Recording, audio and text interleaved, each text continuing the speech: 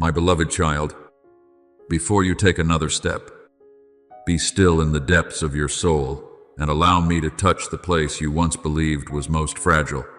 There were moments when you thought the bond between you and me was like a wisp of smoke, easily scattered when the winds of life began to rise. Yet I speak to you with the certainty of the one who formed the heavens and the earth. What connects you to heaven is not a frail thread, but a foundation more unshakable than mountains. As it is written, though the mountains be shaken and the hills be removed, yet my unfailing love for you will not be shaken. Isaiah 54:10. You are not suspended in some undefined void. You are anchored in a covenant that flows from my eternal nature. That covenant is the quiet lifeline pulsing through every beat of your heart, even when you are unaware of it. I want you to understand this deeply. Your relationship with heaven did not begin with the words you spoke in prayer, nor is it sustained by emotional fervor that fades with the seasons. Before you ever learned to call my name, I had already called yours. Before you searched for a path toward me, my hand was already upon your life. As it is written, you did not choose me, but I chose you and appointed you. John 15:16. You believed you were groping in the dark in pursuit of light. Yet in truth, the light was pursuing you before you ever had form. For this reason, the connection between us is not governed by your strength or your weakness. It is upheld by my faithfulness. There are days when your faith feels like a small flame struggling against a fierce wind, and you fear it may be extinguished and that you will drift away from me. But, my child, when you are weak, I am not weak. When your vision is blurred by tears, I still see you clearly. When you think you have slipped from my embrace, it is I who am carrying you across what you believe to be an abyss. As it is written, if we are faithless, he remains faithful, for he cannot deny himself. 2 Timothy 2:13. The bond between you and me does not depend on the steadiness of your emotions.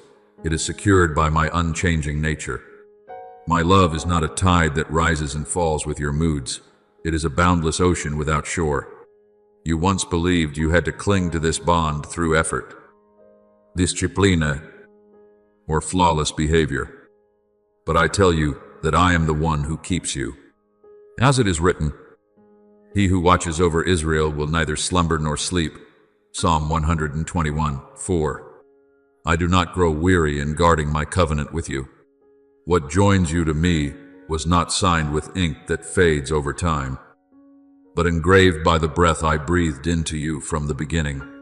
When I spoke life over you, I placed within your very being a mark that belongs to heaven, and no darkness can erase that seal. Remember the story of Jonah, who fled from my call and boarded a ship to escape my presence. Do you think the sea could sever what I had ordained? Do you think the belly of a great fish could undo what I had placed upon his soul? When Jonah sank to what seemed like the very depths, I was still there. When he cried out from the heart of the abyss, I heard him and commanded the fish to release him exactly where I desired.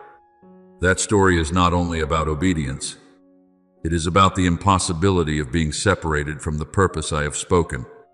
Even if you wander for a season, you remain within the orbit of grace. As it is written, if I ascend to heaven, you are there. If I make my bed in the depths, behold, you are there. Psalm 139:8. There is no place you can step where the covenant does not go with you. Therefore, when you pass through seasons of inner dryness, do not hastily conclude that heaven has closed its doors. Silence does not mean abandonment. There are pauses I use to deepen the roots of your faith, so that you no longer live by feeling, but by truth. You do not come to me through fleeting emotion. You are drawn by an everlasting covenant, and that covenant rests not on your merit, but on my decision to love you. As it is written, I have loved you with an everlasting love. Therefore I have drawn you with loving kindness. Jeremiah 31:3. You are not held because you deserve it. You are held because I chose to love you.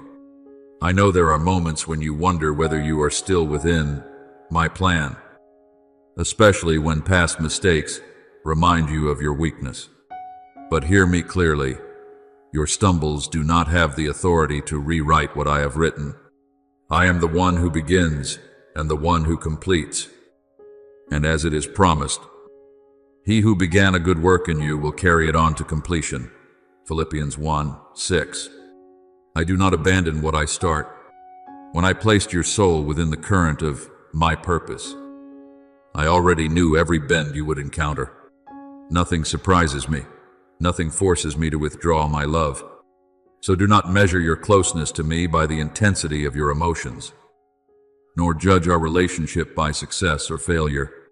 The connection between you and heaven is etched deeper than anything your eyes can see.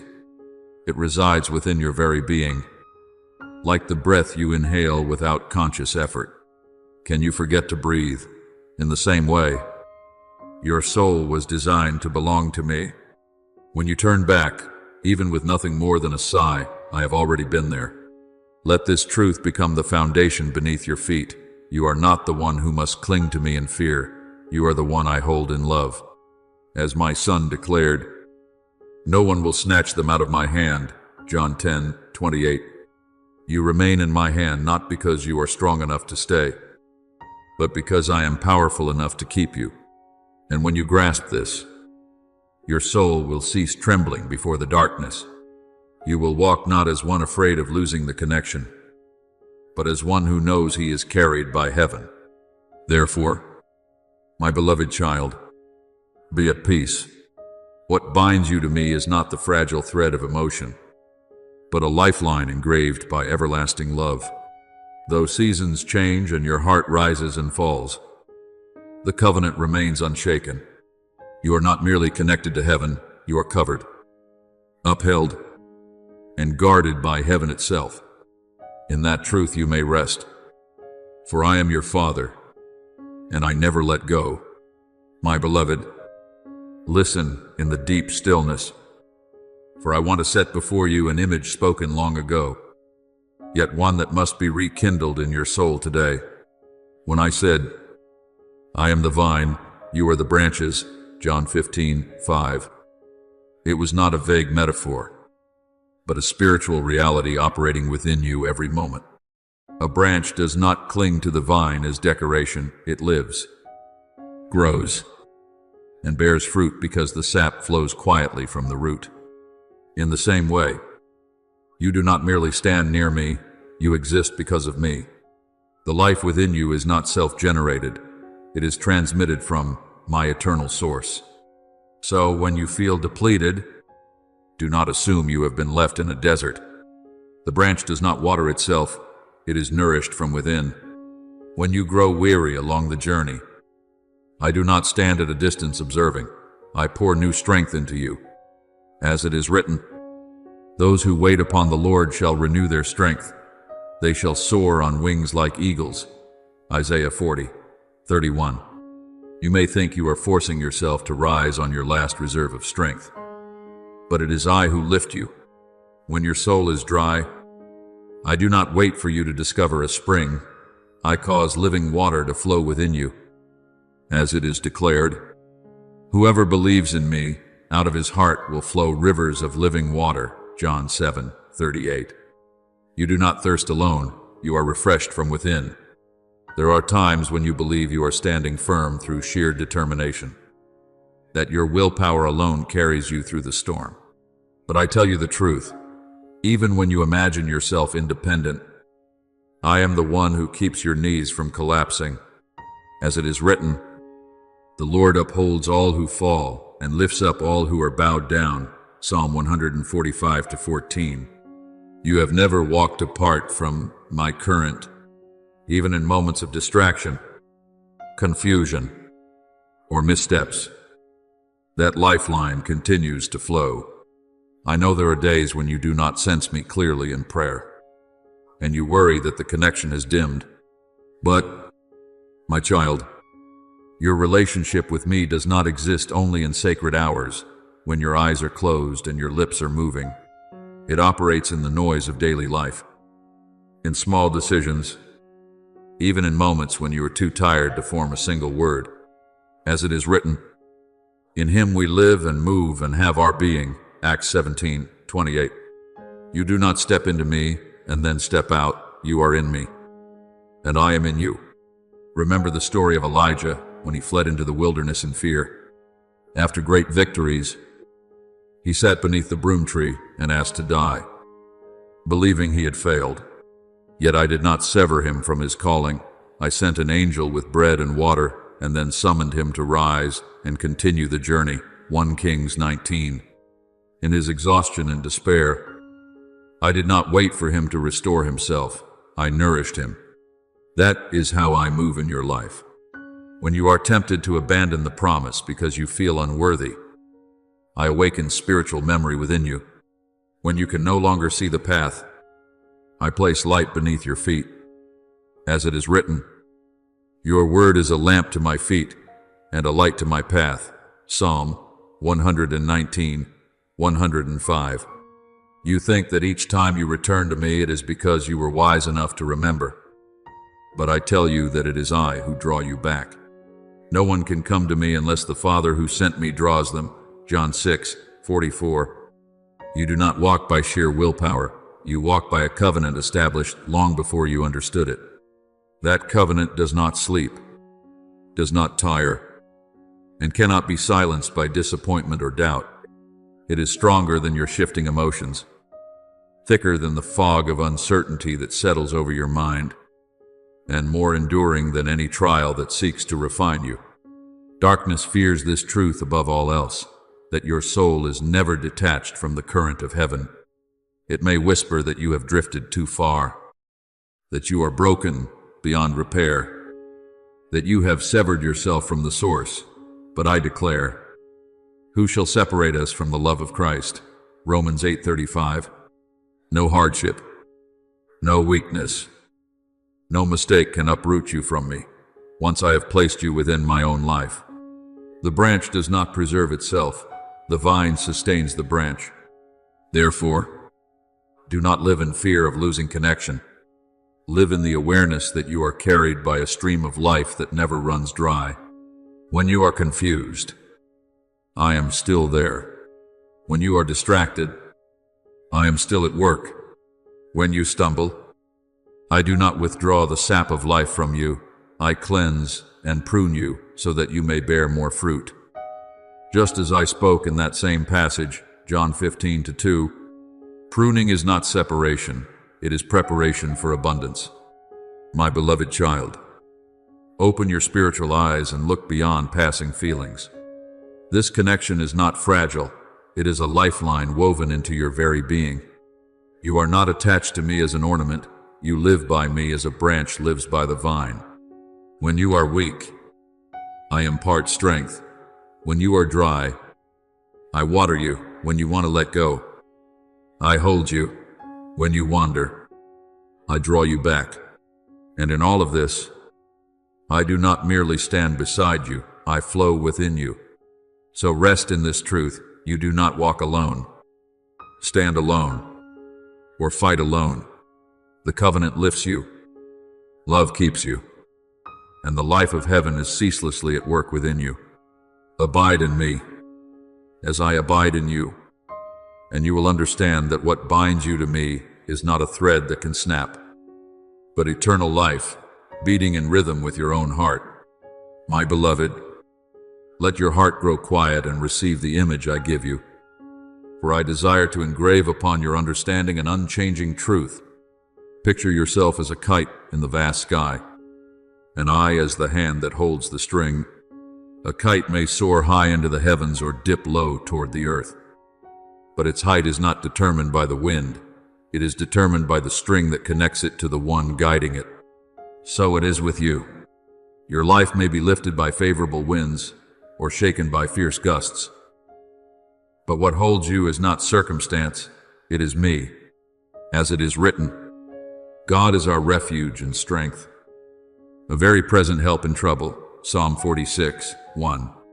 When the winds of life cause you to tremble, I do not release my grip.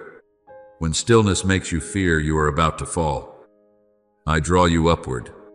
When you lose direction in the wide sky of choices, I adjust your course in ways you cannot see. Understand this: a kite falls only when the hand lets go of the string. But I declare with eternal certainty, I do not let go of you.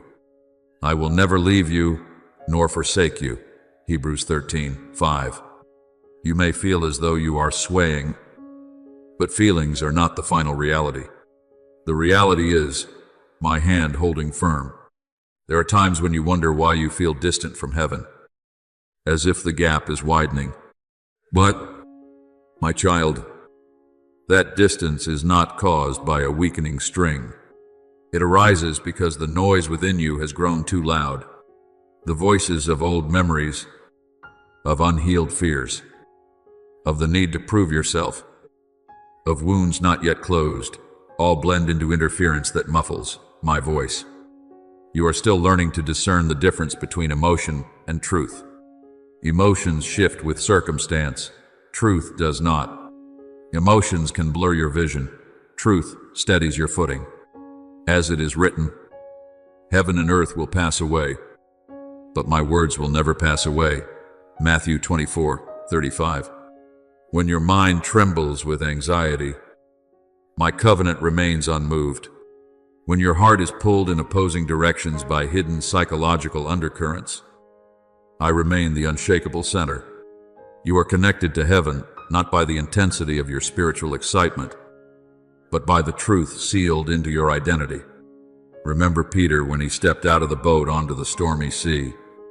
While his eyes were fixed on me, he walked upon the water, but when he focused on the wind and waves, he began to sink. Yet he did not sink because I released him. He sank because his gaze shifted from the source. And the moment he cried out, I reached for him. Matthew 14:30-31. You see, the connection was not severed by fear. It was obscured by distraction. When you feel yourself sinking into confusion, I do not stand at a distance in judgment. I extend my hand. This is why I continually say, do not be afraid, not merely to calm fleeting emotion, but to awaken you to what cannot be shaken. You are still being held. There are many voices you may hear within: the voice of past failure, the voice of comparison, the voice of others, even the harsh voice you use against yourself. Yet beneath all that noise, my voice remains gentle yet steadfast. As I revealed to Elijah amid wind, earthquake, and fire, I was not in the commotion but in the still small whisper. 1 Kings 19:12. When you learn to become quiet, you will realize the connection has never weakened. Only your attention has been scattered. Emotion does not have the authority to sever what I have joined. Fear may cause you to shrink back, but it cannot make me withdraw. Old memories may tug you toward the past, but they cannot erase the covenant embedded within you. As it is written, see, I have engraved you on the palms of my hands. Isaiah 49:16. That image is not poetic exaggeration. It is assurance. You are etched into my faithfulness. When you feel distant, ask yourself, have I departed? Or have you been listening to the wrong voice? I speak this so your soul will cease its trembling. The feeling of distance is not evidence of separation.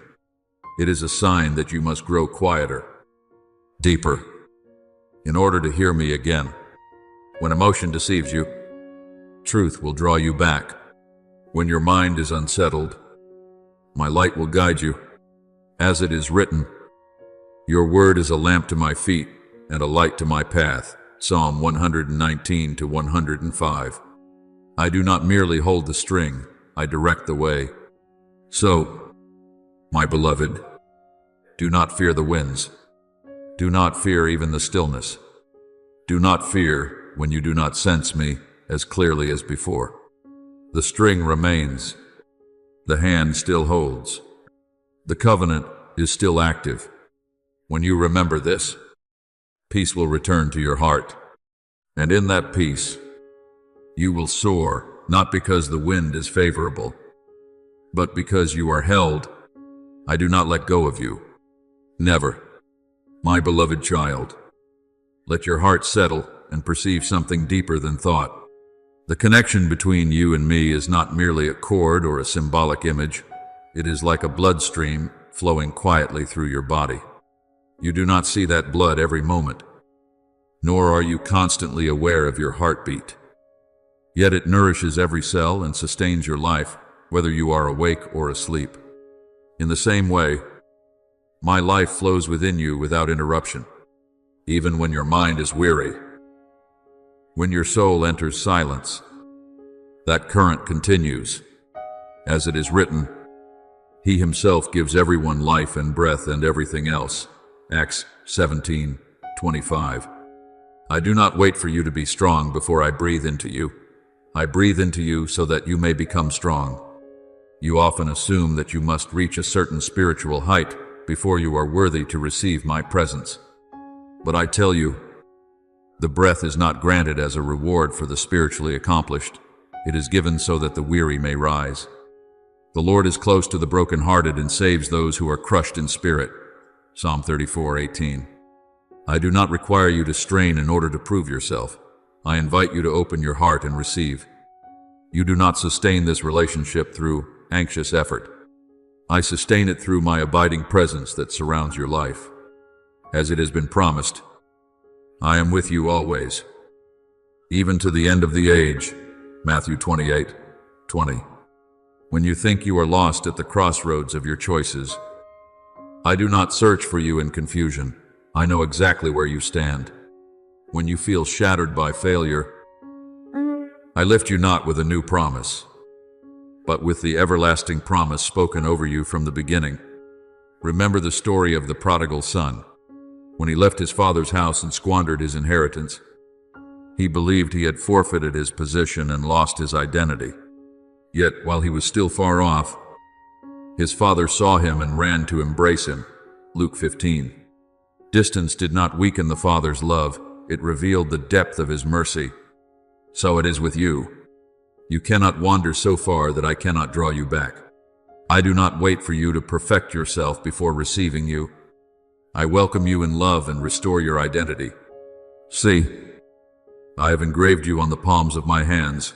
Isaiah 49:16. That imprint does not fade with time or with your mistakes. Receive this as a clarion call within your soul. You cannot lose heaven when you were born from my breath. You cannot fall from my hand, for no one will snatch them out of my hand. John 10:28. Every trial, every temptation, every deceptive voice seeks to make you forget who you are.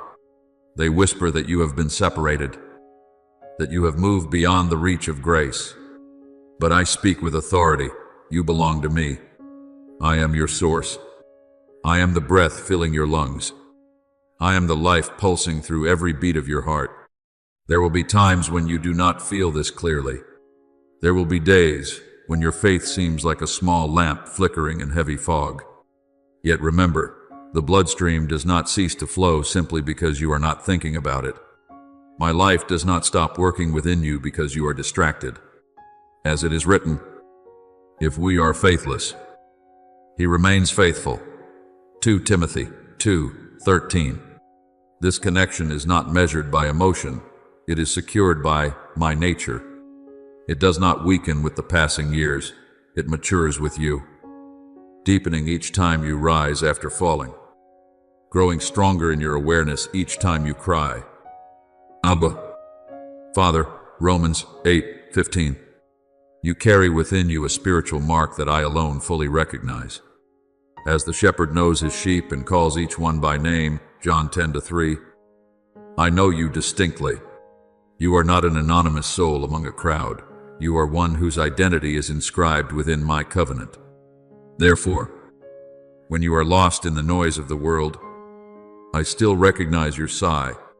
When you believe you have wandered off the map, I see you more clearly than you see yourself. So, my beloved child, do not live in fear of losing what cannot be lost. Live in the awareness that you are continually nourished by the life that flows from heaven. You do not need to hold on to me. I am holding you. You do not need to climb upward to reach me. I have already come down and dwell within you. And each time you believe, each time you rise again after falling, each time you whisper, Abba, that bond is not merely affirmed, it becomes stronger in your understanding. Rest in this. I am the life within you, and I never cease to flow. My beloved child, go deeper into what I am about to unveil. For there are truths perceived only when the soul listens from its innermost place. The bond between you and me does not function like electricity that flows only when a switch is turned on. It is like an invisible field surrounding a planet. You do not see that gravitational pull, yet you are always within it. Just as the earth holds the moon in orbit through a force unseen, I encompass your life with a spiritual field that never ceases. As it is written, He is before all things, and in Him all things hold together. Colossians 1:17. You are not drifting through empty space. You are sustained within my orbit. When you believe you have wandered far, you imagine you have escaped that pull. Yet it is precisely then that the drawing becomes more evident. Have you noticed that the more you try to move away, the stronger the inward urging to return? That is no accident. When you draw near, the pull feels gentle as breath. When you stand still, it surrounds you with stability. My guidance does not depend on loud voices or dramatic signs. It rests upon the quiet field that operates around your life.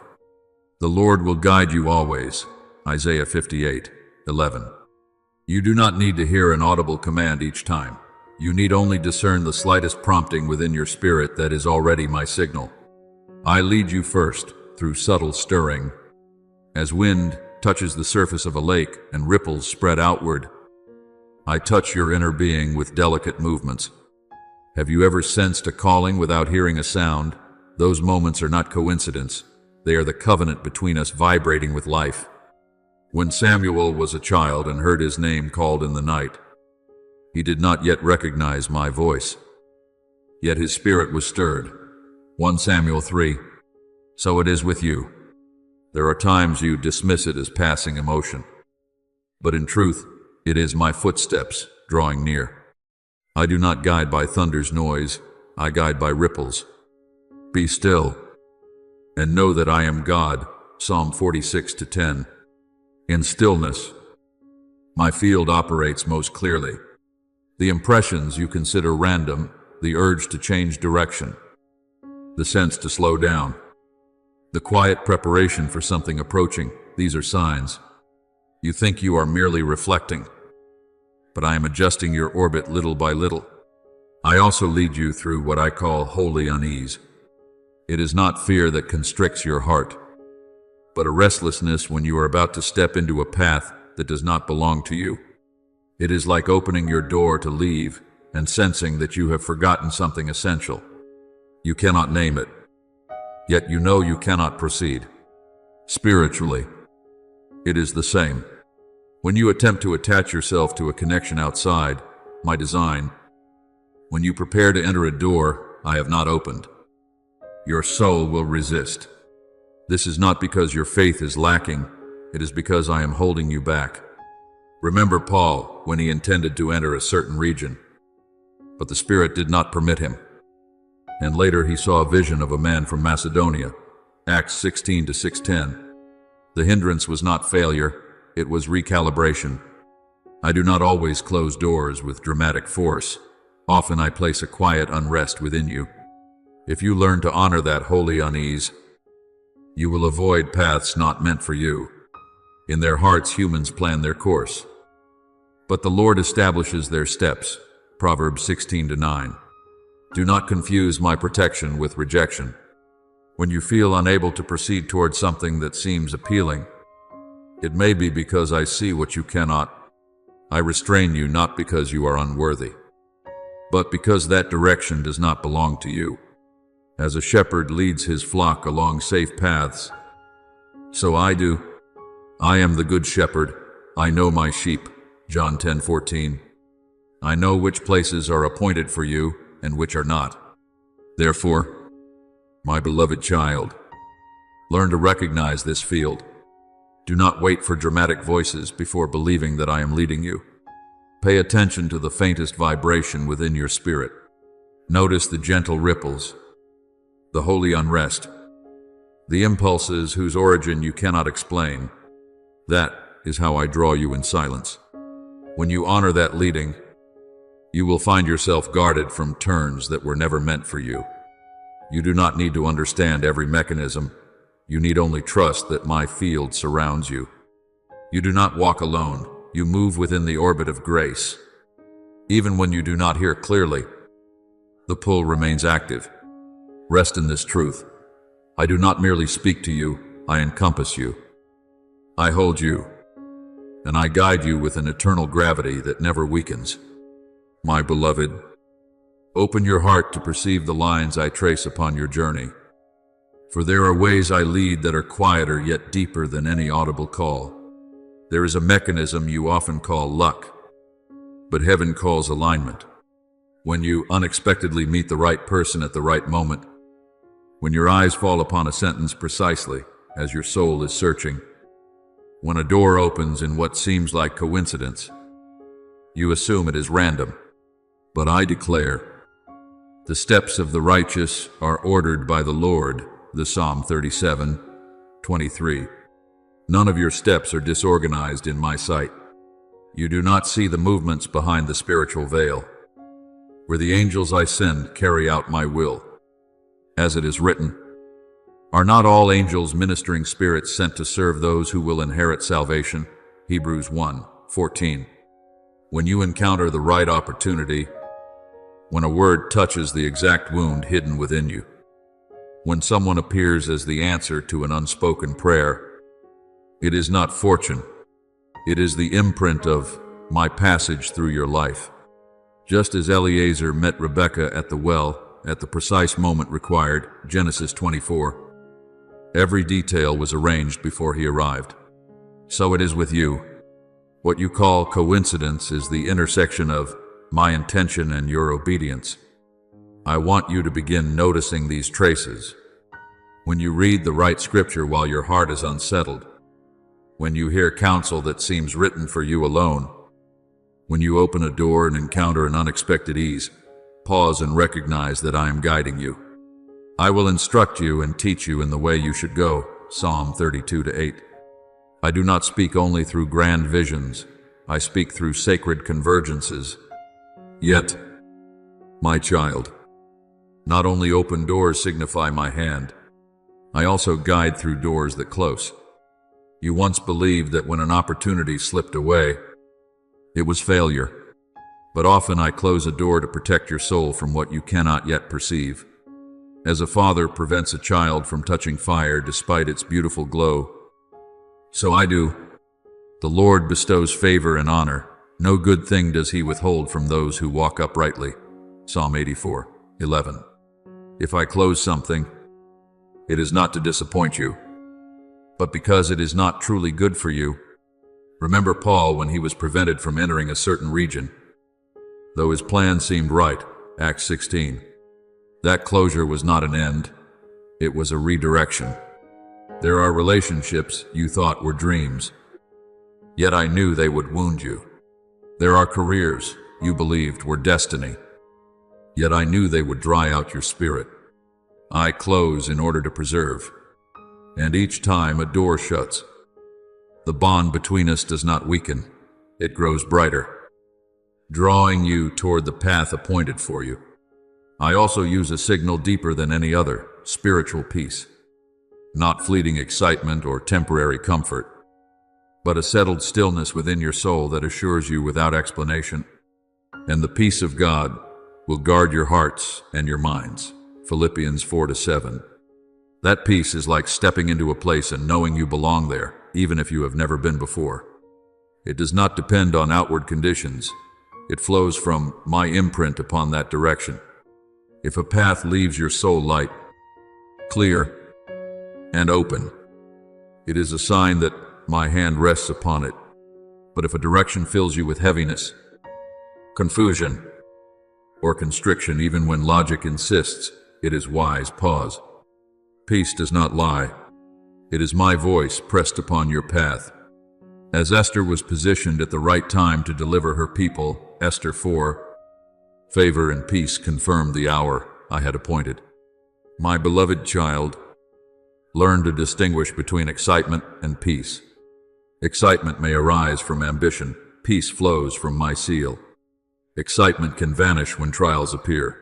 Peace remains even in the storm. When you become sensitive to this signal, you will no longer be driven by outward noise. You will walk not merely by what your eyes perceive, but by an inward knowing that steadies your steps. Therefore, when you encounter sacred alignments, give thanks. When a door closes, trust. When peace settles upon you, move forward. I am orchestrating your journey through invisible yet precise means. Nothing is accidental. No door closes beyond my oversight. No opportunity opens without my awareness. You are guided by a wisdom far greater than any plan you could devise. Rest in this. I do not speak to you only through words. I speak through arrangement, through openings and closures, and through the deep peace within your soul. As you learn to recognize these traces, you will find that you are no longer walking in uncertainty, but in the light of eternal guidance. My beloved, listen even more deeply, for there are paths I open, not with flashes of brilliance, but with quiet rays that shine from within your own memory. I guide you through what you think is simple recollection, yet it is spiritual remembrance. The times I delivered you from the depths, the seasons I corrected you in love, the moments I healed what you believed would never mend. These memories are not given for nostalgia. They are lamps set along your way, as I instructed my people long ago. Remember the whole way that the Lord your God has led you, Deuteronomy 8:2.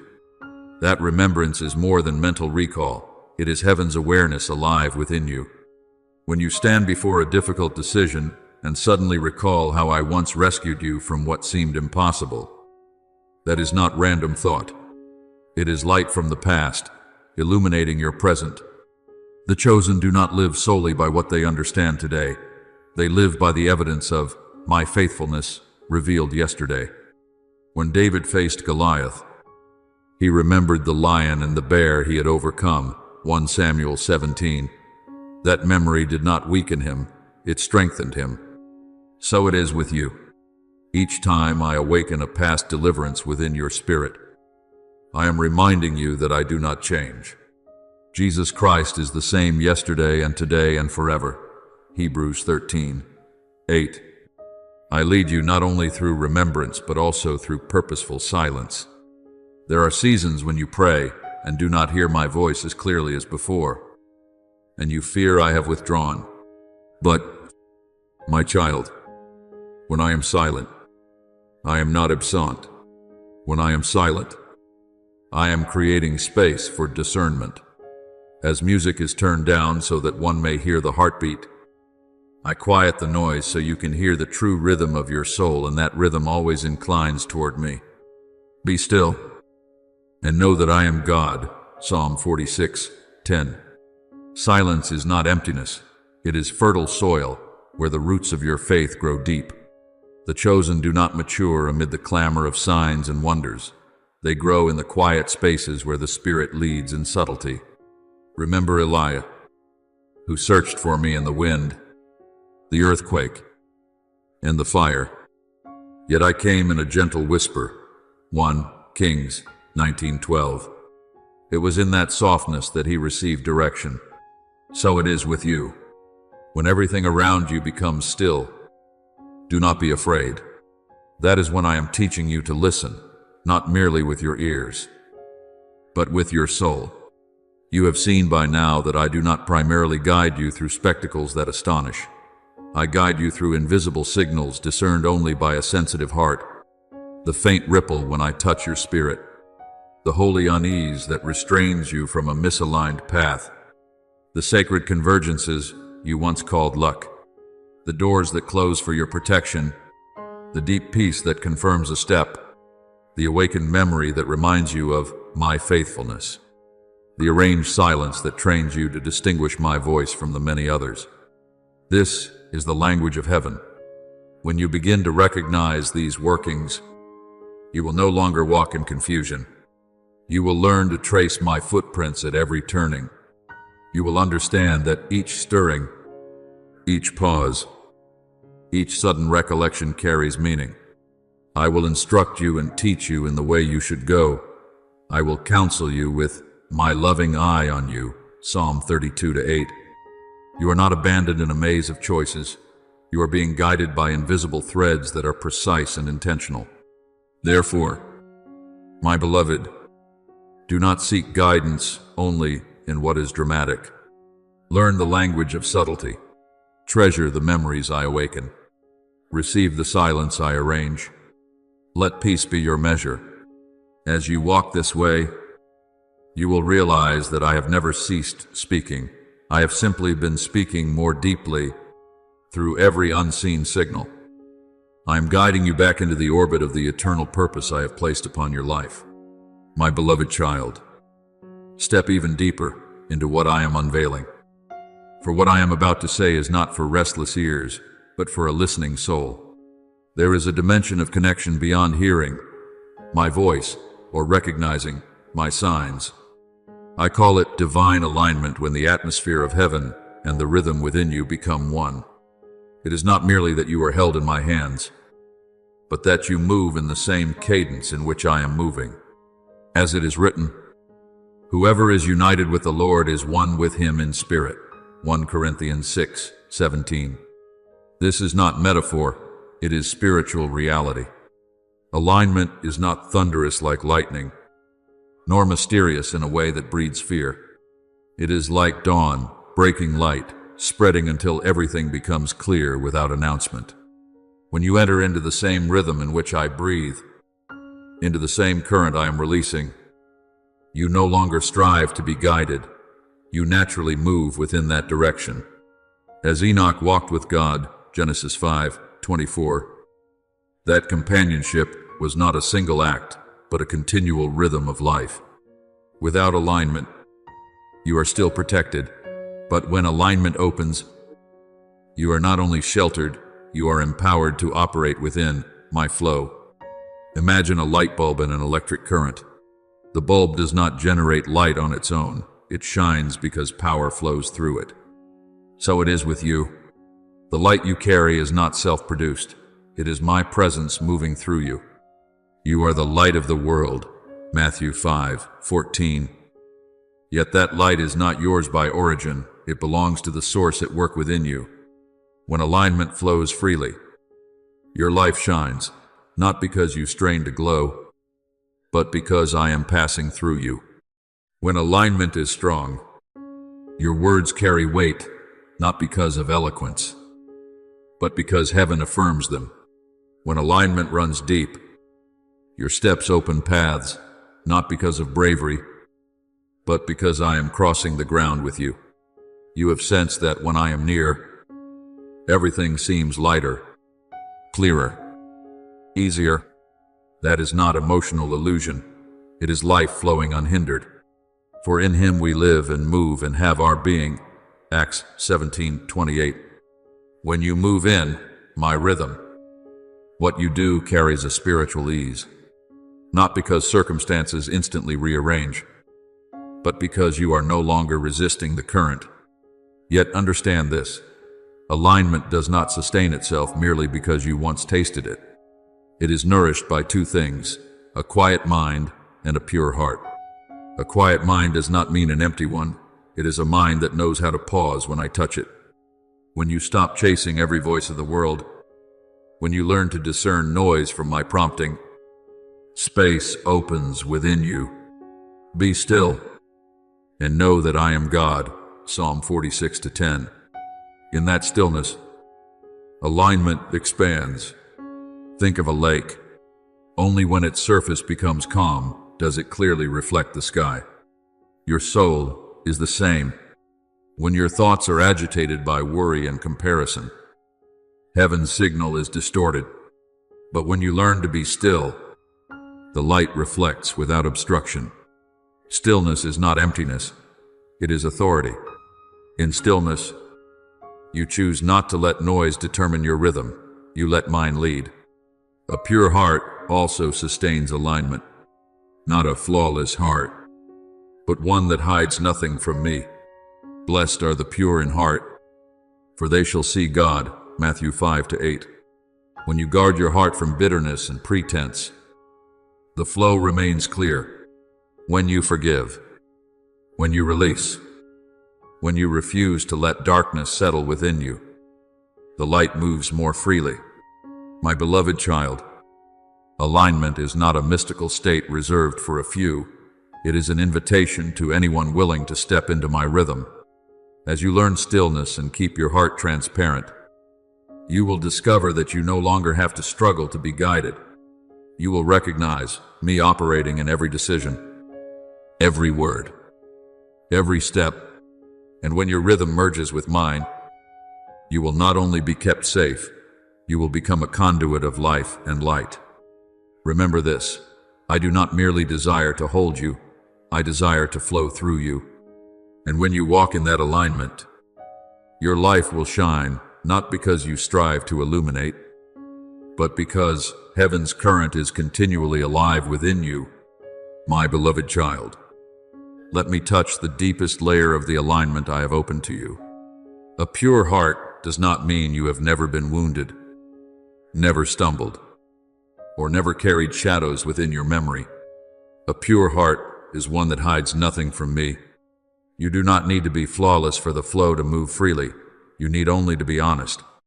When you conceal your fears, your shame, or the parts of yourself you consider weak, the life within you does not cease, but it becomes obstructed, like water slowed by hidden debris in a pipe. If we confess our sins, He is faithful and just to forgive us and to cleanse us from all unrighteousness. 1 John 1:9. Purity is not the absence of scars, it is the refusal to hide them from me. When you lay every part of yourself before me, the thoughts you are not proud of, the memories that make your face flush, I do not turn away. I touch that truth and clear the channel.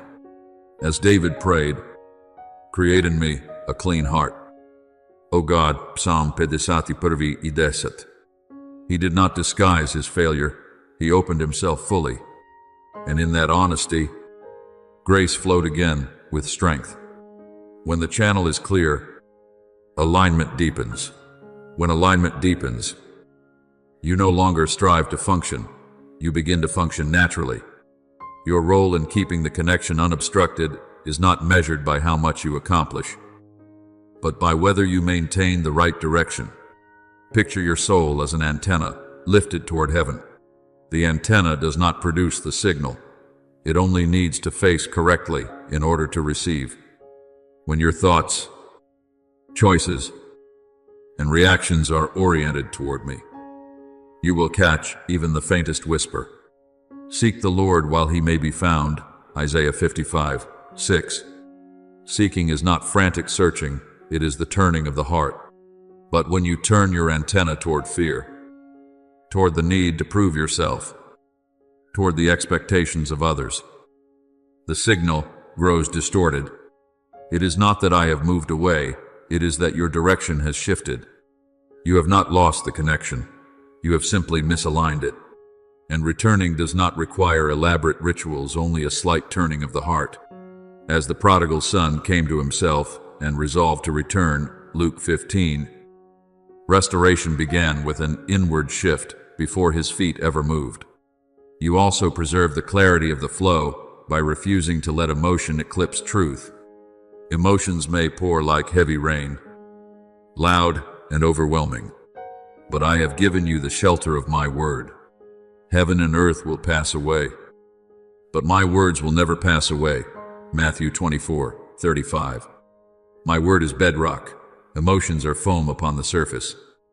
Foam may cover the rock for a moment and blur your sight, but it lacks the weight to reshape the stone. When you choose to stand upon the foundation I have laid, the foam dissolves. When you stand in the middle of emotional downpour, you are swept along by what is temporary. Remember the wise man who built his house upon the rock and the foolish man who built upon sand. Matthew 7:24-25. Rain fell, floods rose, winds blew, yet the house on the rock remained. Emotions come and go, the truth I speak endures. Your task is not to prevent the rain, but to choose your foundation. I never abandon the rock. I do not fluctuate with the storms of your feelings. When you stand upon what I have declared rather than upon what you currently feel, alignment remains unbroken. My beloved child, the clarity of the flow does not require you to become extraordinary. It requires you to live honestly, orient correctly, and stand upon the rock. When you are truthful, I cleanse. When you turn toward me, I transmit. When you choose the foundation, I steady you. And through all of this, I do not depart from you for even a moment. Rest in this assurance. I am not searching for perfection in you. I am seeking openness. I am not demanding that you overpower your emotions. I am inviting you to stand upon truth. And as you do, the river of living water will move without obstruction. The light will shine without hindrance. And the alignment between you and me will grow deeper with each passing day. My beloved child, allow me to reach even deeper into the dimension of alignment I have opened before you.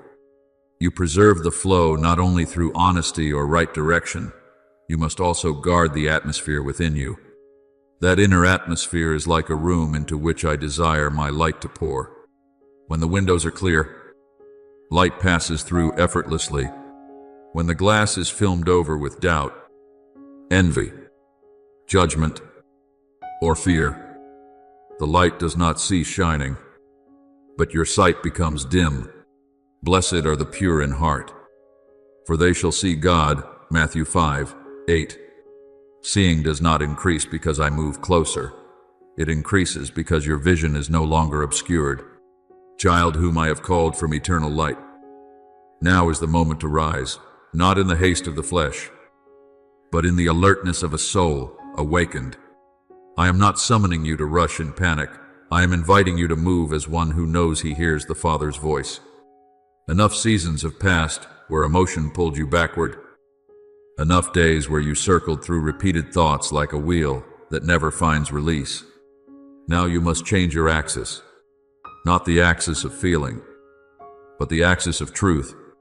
The righteous shall live by faith. Romans 1:17. And faith does not lean upon external waves, but upon my voice within. Step away from the territory where fear once camped in your mind.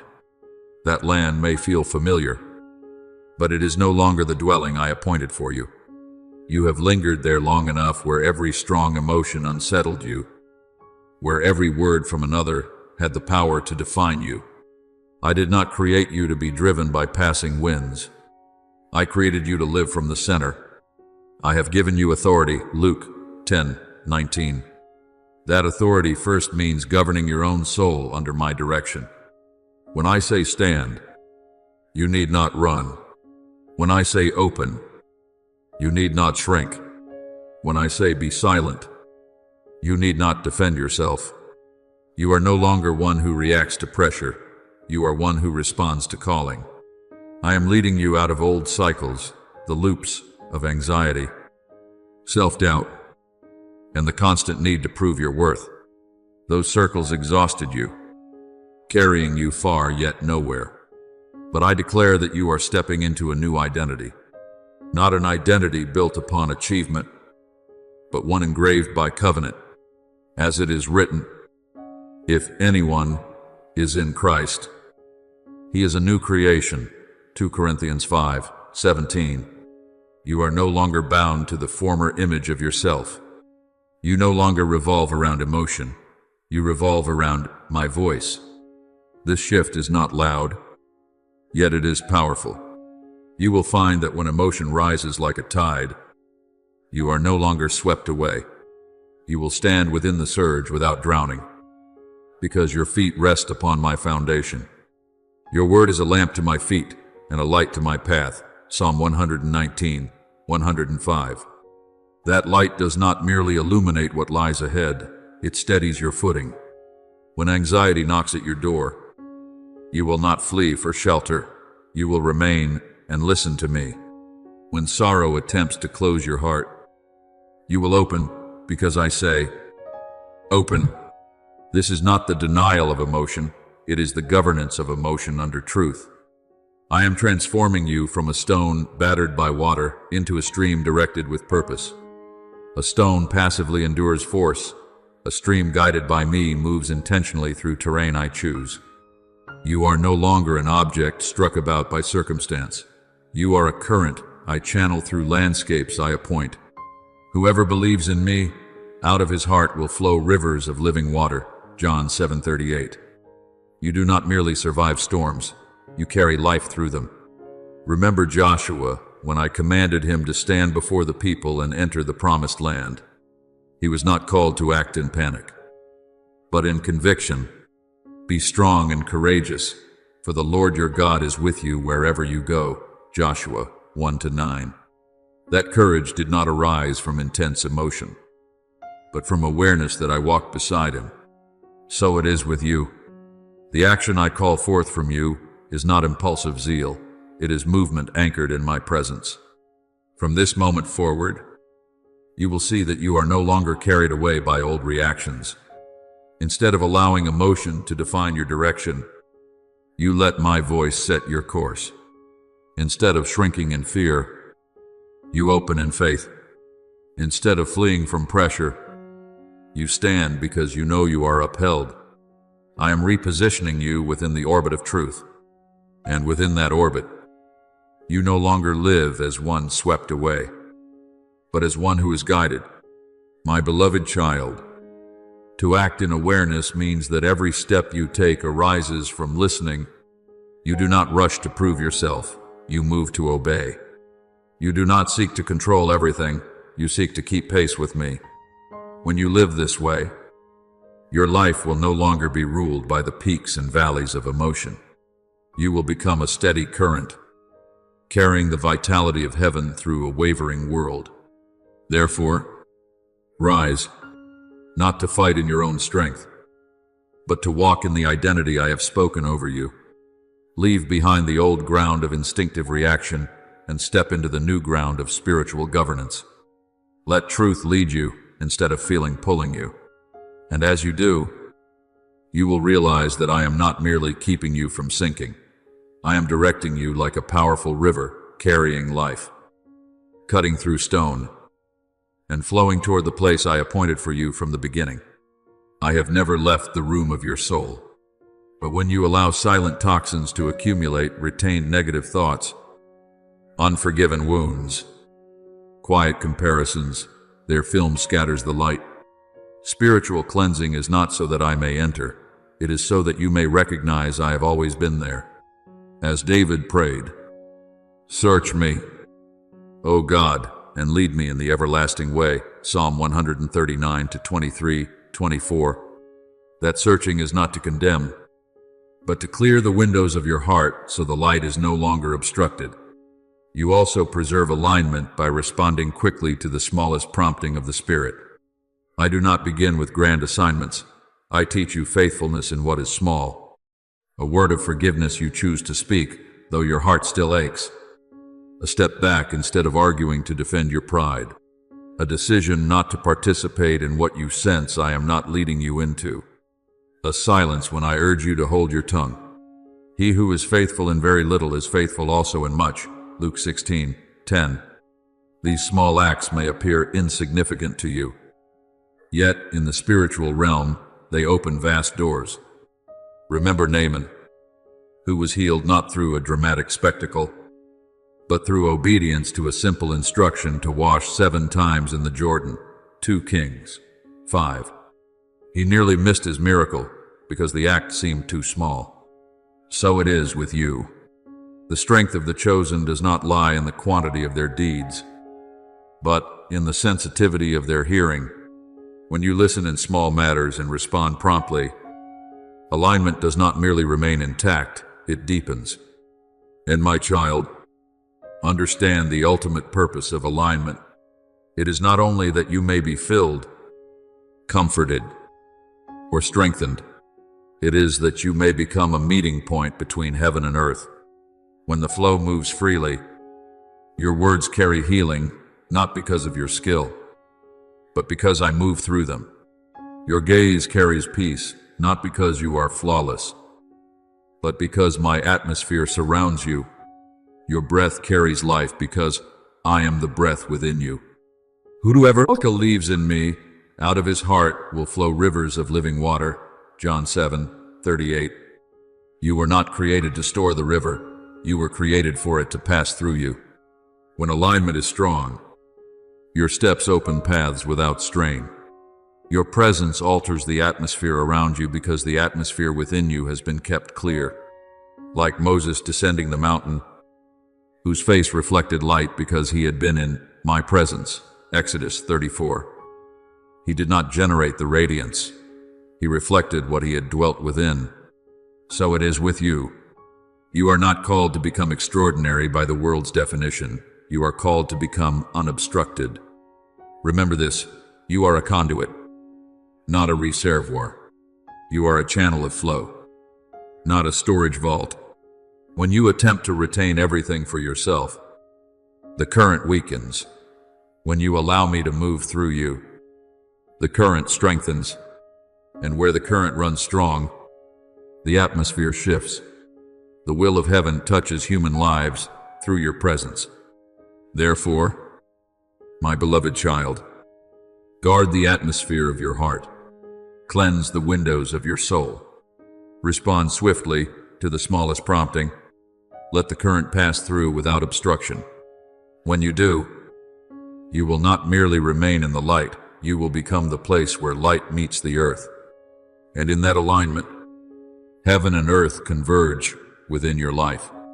My beloved child, when you understand that your life is called to be a meeting point between heaven and earth, when you recognize that alignment is not only so you may be filled, but so the river of life may pass through you, then I invite you into a deeper response, not by straining effort, but by offering yourself from the depths of your soul. And now, before you utter a single word, let your heart soften in reverent awe. Let every noise subside. Let your spirit open wide like a door, welcoming the early wind. And I say to you, now lift your voice before me with complete honesty and the deepest longing of your soul. Almighty God, creator of the heavens, and the one who placed breath within my lungs, I do not come before you displaying achievements, but with the poverty of a soul that knows it needs to be touched. Keep the inner atmosphere of my heart clear, like the early morning unclouded by smoke. Sweep away every shadow of doubt, every quiet seed of envy, every sharp word of judgment, and every fear that causes me to withdraw. Do not allow me to live beneath invisible layers that scatter your light. But let my soul become a wide open window through which your presence pours without obstruction. As it is written, the light shines in the darkness, and the darkness has not overcome it. John 1:5. Let that light not only shine around my life, but penetrate every hidden corner within me. Holy Father, searcher of hearts and knower of every thought before it becomes speech, I ask you for a heart that conceals nothing. If there remains within me any ground I have covered in shame, gently touch it. If there is any memory I fear to face, step into it with me. I do not ask to become perfect by the standards of the world. I ask to become pure by the measure of heaven, pure because I hide nothing from you. Let the river of living water flow freely through me, unobstructed by unforgiven bitterness or pride yet to be released, as you have promised. Blessed are the pure in heart, for they shall see God. Matthew 5:8. Grant that I may not only see you in moments of prayer, but in every reaction, every choice, and every ordinary moment of my life. O Shepherd of my soul, teach me to discern the smallest prompting of your Holy Spirit when you gently urge me to speak forgiveness. Do not let me delay when you press me toward silence instead of rebuttal. Let my lips obey when you signal me to withdraw from a path that appears appealing. Grant me the humility to step back.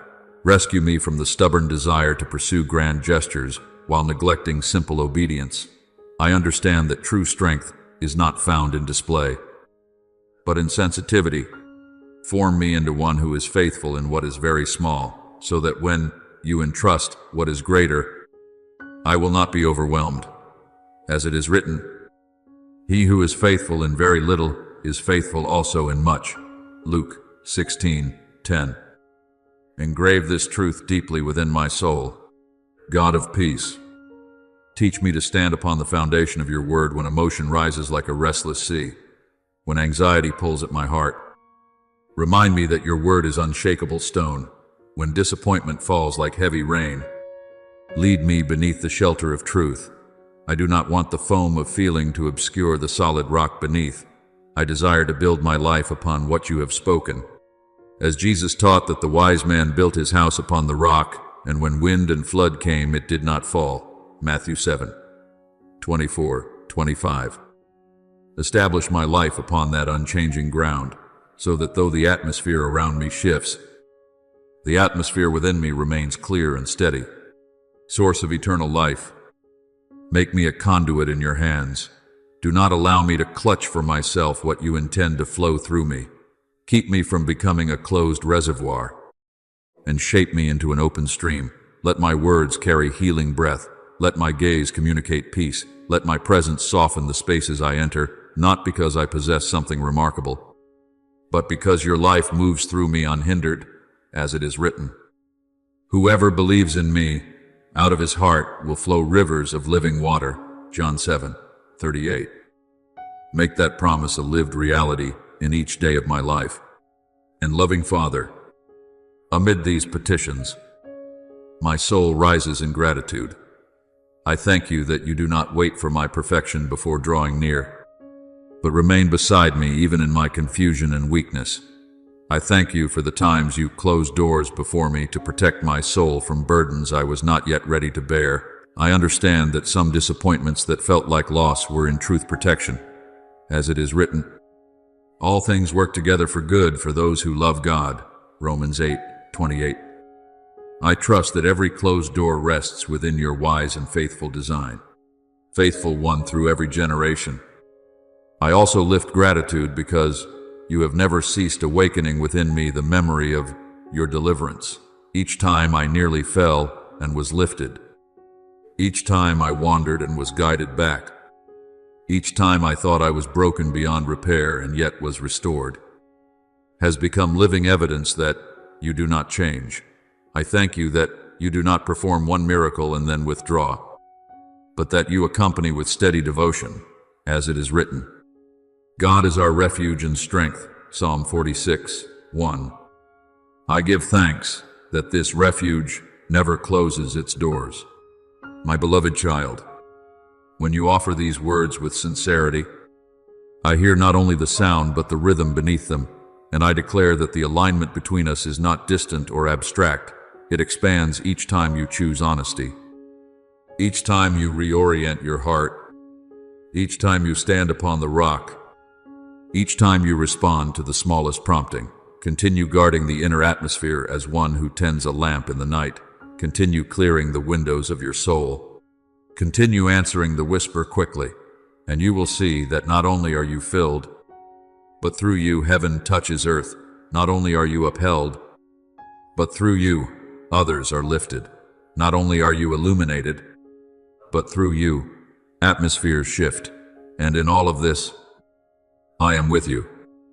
I move through you, and I delight as you become a meeting point where my will is expressed on earth as it is in heaven.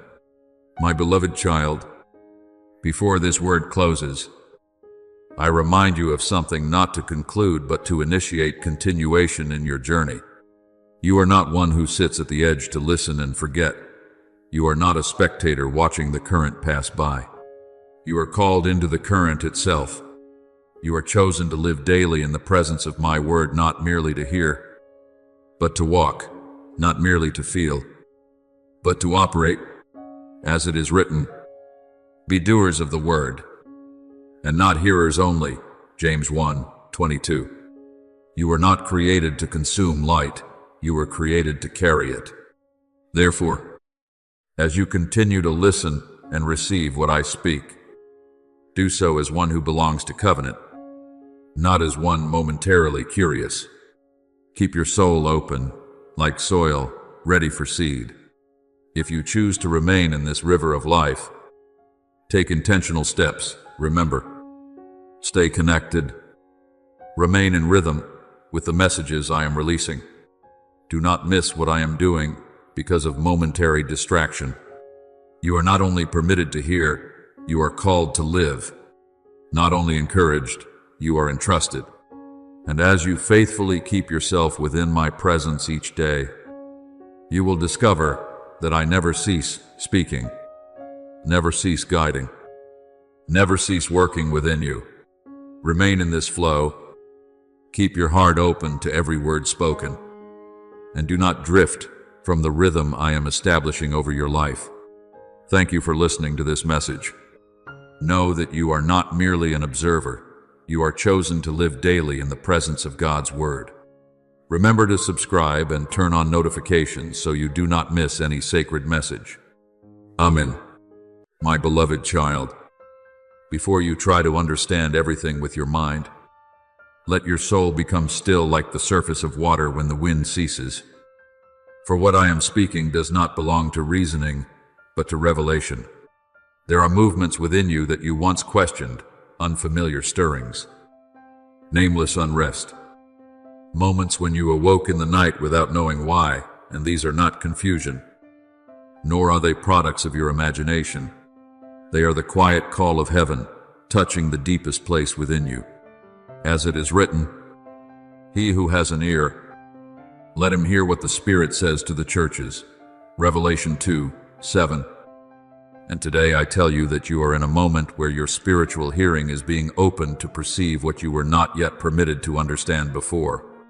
But understand this rightly. You are not stepping into this because you have become stronger on your own, but because I have been working within you through the seasons you thought were forgotten. The days when you felt held back, the moments when you believed you were not moving forward, the long silences that made you question whether you had gone the wrong way. None of these were meaningless delays. As it is written, when he has tested me, I shall come forth as gold. Job 23:10. What you called stagnation, I called refinement. What you called silence, I called formation. I never place you in circumstances to harm you. I place you there to separate you from what does not belong to your destiny. Consider this, my child. Gold does not become precious when it is displayed, but when it is refined by fire. When the fire touches it, the gold does not lose its nature, it becomes pure. In the same way, your hidden season was not a place of destruction, but a place of refinement. As it is written, he will sit as a refiner and purifier of silver. Malachi 3:3. I did not take my eyes off you in the furnace. I remained there, watching every transformation, ensuring that the fire would not exceed what you could endure, yet would be sufficient to remove every impurity that had clung to your soul. You once thought that pressure was a sign you were going the wrong way. But I tell you, pressure is evidence that you are being expanded. You believed that silence meant distance between you and me. But in truth, it was the space I used to build depths within you that words cannot reach. As it is written, the Lord is in his holy temple. Let all the earth keep silence before him. Habakkuk 2:20. Silence is not my absence. It is the environment in which my presence settles into your very roots. There is a story that many overlook, yet I want you to reflect on it. When I led the people of Israel out of Egypt, I did not take them directly into the promised land. I brought them into the wilderness, a place empty and harsh, where they had nothing to rely on except me. There, they learned to receive manna daily, to trust even when the future was unclear. As it is written, He humbled you, allowed you to hunger, and fed you with manna, that He might make you know that man shall not live by bread alone. Deuteronomy 8:3. The wilderness was not punishment, it was a school of faith. In the same way, the season you have passed through, though dry, though difficult to understand, was where I taught you to live, not by circumstances, but by me. My beloved child, if I had brought you into the light too early, you would not have been able to bear its weight. If I had entrusted you with greater things before your soul was expanded, they would have crushed you rather than lifted you. That is why I prepared you in hidden places, where no one saw, where there was no applause, where it was only you and me. As it is written, Your Father who sees in secret will reward you openly. Matthew 6:6. What is formed in the darkness will be revealed in the light, but with a strength that only those who have passed through the refining fire are able to carry. Now, my beloved child, you are beginning to sense a movement within yourself, an unexplainable stirring, a quiet awareness that something is shifting. Do not be afraid of it. This is not instability. It is the sign that you are approaching the threshold of a new season. As it is written, Behold, I am doing a new thing. Now it shall spring forth. Shall you not know it? Isaiah 43:19. What I am doing within you is not a repetition of the past. It is the birth of something that has never existed before. Therefore, do not turn back to what you have already left behind, nor mourn the former versions of yourself. What I have removed from you was not loss, it was liberation. What I withheld was not rejection, it was preparation. And what you are about to step into is not a matter of chance. It is the unfolding of a process that has been ordained from heaven. Rise with a renewed understanding. My child, you are not one who has been left behind. You are one who has been chosen to be prepared more deeply. You are not delayed. You are being aligned in perfect timing. From this moment forward, you will not walk as you once did. You will walk with the awareness that everything you have endured was not meant to weaken you, but to make you fit for what I have destined for you from the beginning. Hold this truth firmly within your heart. I did not lead you into the refining fire to lose you. I led you there to reveal you. And now, when I call, you will no longer respond as one who is uncertain, but as one who knows that they are stepping into what has long been prepared. There were nights, my beloved, when you whispered within yourself, Lord, why are you silent? And it seemed as though the space before you was filled with a cold stillness. But I tell you this, that silence was never a sign of abandonment. It was the space where my hands were working most deeply. As it is written, Be still, and know that I am God. Psalm 46:10. Stillness is not emptiness. It is the environment where my power moves beyond your understanding. While you were waiting for words, I was shaping. While you were searching for signs, I was building foundations within you that your eyes could not yet see. Picture the potter. My child, when his hands are upon the clay, he does not speak to it. He focuses on forming it. The wheel turns. His hands press, lift, and shape, and each movement seems unseen to those watching. Yet it is within that silence that form emerges. As it is written, O house of Israel, can I not do with you as this potter? Jeremiah 18:6. So have I done with you. I have not left you on the wheel unattended. I have placed my hands upon every part of your life, adjusting what was misaligned, softening what was hardened, lifting what had collapsed not because you lacked value, but because you are being prepared to carry something greater than yourself. There were moments when you felt pressed, stretched, and turned by circumstances beyond your control, and you thought you were breaking. But I declare to you, you are being strengthened. As it is written, after you have suffered a little while, He Himself will restore you and make you strong, firm, and steadfast. 1 Peter 5:10. What you have gone through was not meant to destroy your structure, but to reinforce it from within. If I had not pressed you, you would not have gained depth. If I had not shaped you, you would not have gained form. If I had not held you in the process, you would not have had the capacity to contain what I am about to pour into you. Therefore, my beloved child, I want you to engrave this truth into every breath you take. You were not broken in that season. You were made stronger, deeper, and more established. What you once thought were your limits have been expanded, and what you once called weakness has become the very foundation of a new strength. I did not allow you to fall apart. I restructured you. And now, my child, as you stand at this threshold, I call forth what is opening before you, a divinely appointed moment of transition. This is not a repetition of the past, but the crossing into a new realm. As it is written, the glory of this latter house shall be greater than the former. Haggai 2-9.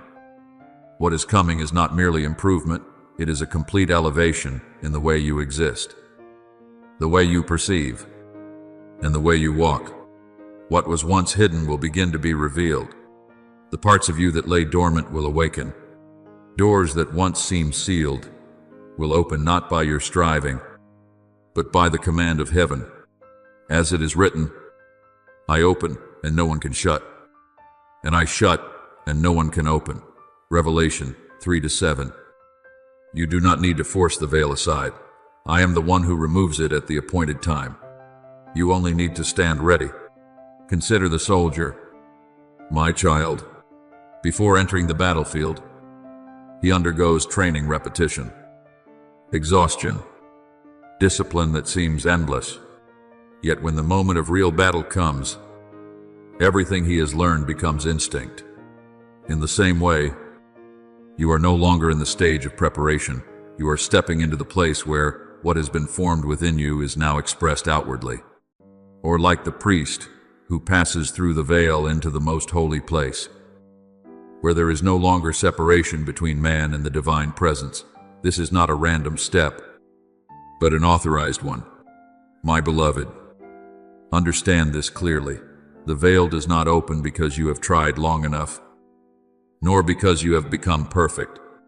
It opens because the time has come. As it is written, to everything there is a season. Ecclesiastes 3-1. And you are standing precisely within your appointed time. So do not carry an old mindset into this new season. Do not walk as one who still doubts their worth. Do not act as one who believes they are unprepared. What needed to be done has already been accomplished in secret. What needed to be shaped has already been completed in silence.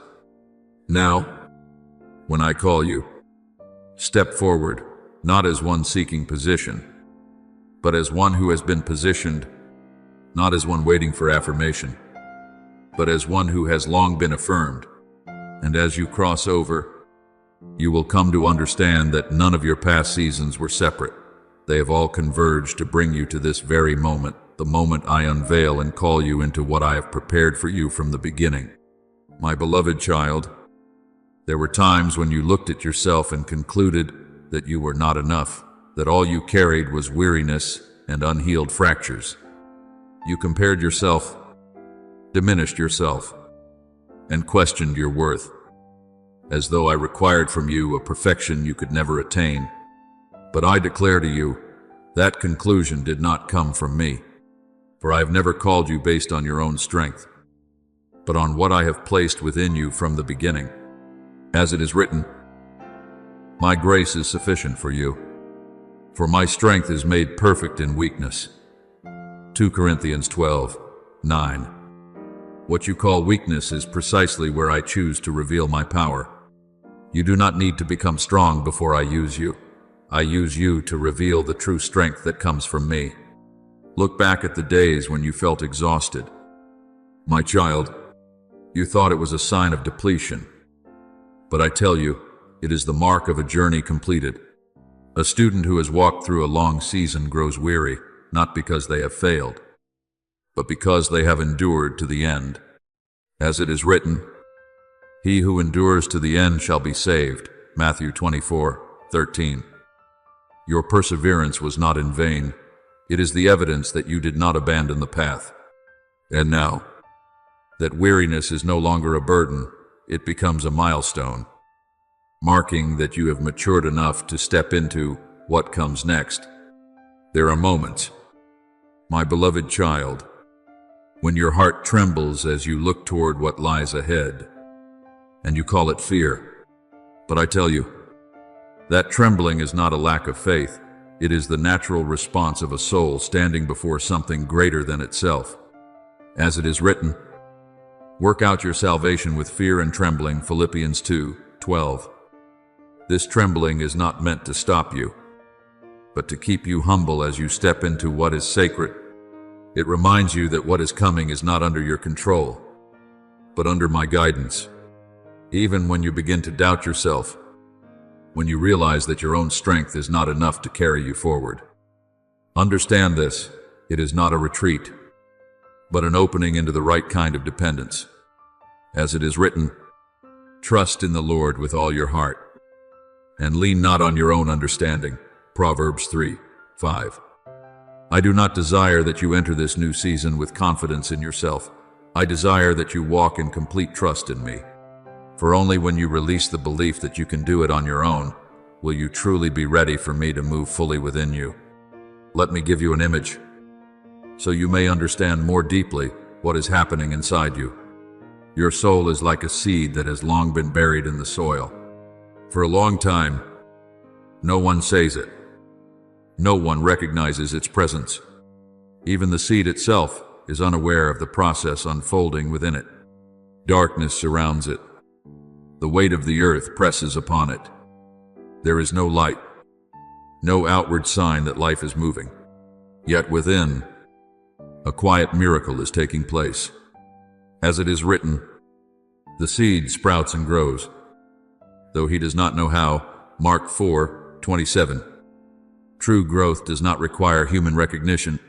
It unfolds according to the order of heaven.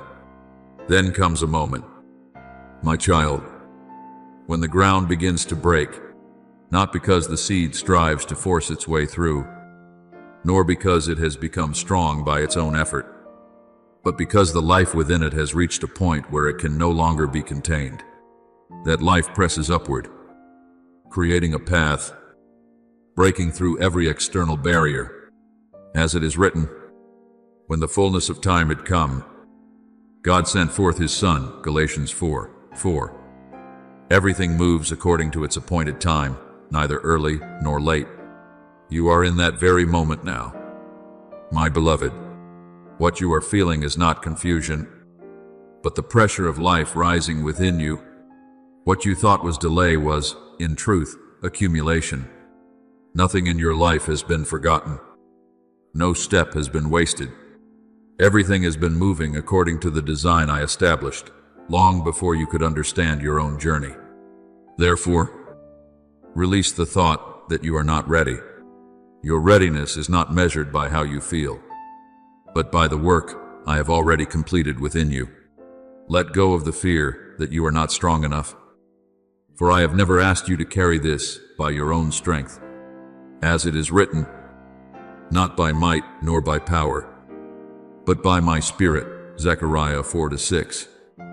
What is opening before you does not depend on your ability, but on my operation within you. My beloved child, as you stand at this threshold, do not step back simply because you feel small. A seed does not need to understand the entire sky in order to begin to grow. It only needs to respond to the life within it. In the same way, You do not need to understand everything ahead in order to move forward. You only need to trust that I have already placed within you everything required for the journey. And when you step forward, my beloved child, you will come to understand that the cracking you see is not a sign of destruction, but the beginning of revelation. The ground does not break open to bury the seed, but to allow it to rise. The breaking of old limitations is not meant to leave you lost, but to create a path for you to enter a new space. What appears as rupture is, in truth, the unveiling of what has long been hidden within you. Hold this firmly within your heart. You are not delayed. You are on time. You have not been left behind. You are being brought into your appointed place. And what is rising within you now cannot be restrained. For it does not originate from human will, but from the life I placed within you from the beginning. That life carries its own authority, its own momentum, and its own timing. My beloved, there are things you have sensed in the depths of your being that you have not dared to name, like a quiet wave rising within your soul. Not loud, yet powerful enough to make you unable to return to what once was. Now I speak plainly so that you will no longer remain uncertain. You are entering a phase where your position is being defined by me. Not a position shaped by ambition, nor by circumstance, but one I inscribed long before you understood yourself. As it is written, before I formed you in the womb I knew you. Before you were born I set you apart. Jeremiah 1:5. What is happening is not a random shift, but the fulfillment of a purpose that has existed from the beginning. As you step into this phase, you will notice an undeniable shift within you. It will not first appear outwardly, but inwardly. As your spiritual weight is recalibrated, the way you see things will no longer be the same. The way you respond to situations will no longer be driven by emotion as before. What once overwhelmed you will seem smaller, and doubts that once shook you will lose their force. As it is written, you will keep him in perfect peace, whose mind is stayed on you. Isaiah 26:3. This peace does not come from changed circumstances, but from your position in me being established. Understand this deeply. My child, being positioned correctly does not mean being seen more. It means standing more firmly in what I have ordained. There are those who seek validation from others, but the one who is positioned does not depend on such things. They do not measure their worth by the eyes of others, but by the inner certainty that they are exactly where they are meant to be. As it is written, let each one remain in the calling in which he was called. 1 Corinthians 7:20. Your stability does not come from standing above others, but from standing rightly within me. And now you begin to feel it, a prompting that is difficult to explain, as though a voice is calling you without sound, yet clearer than any spoken word. You may wonder if it is your imagination, but I tell you, it is the awakening of your soul.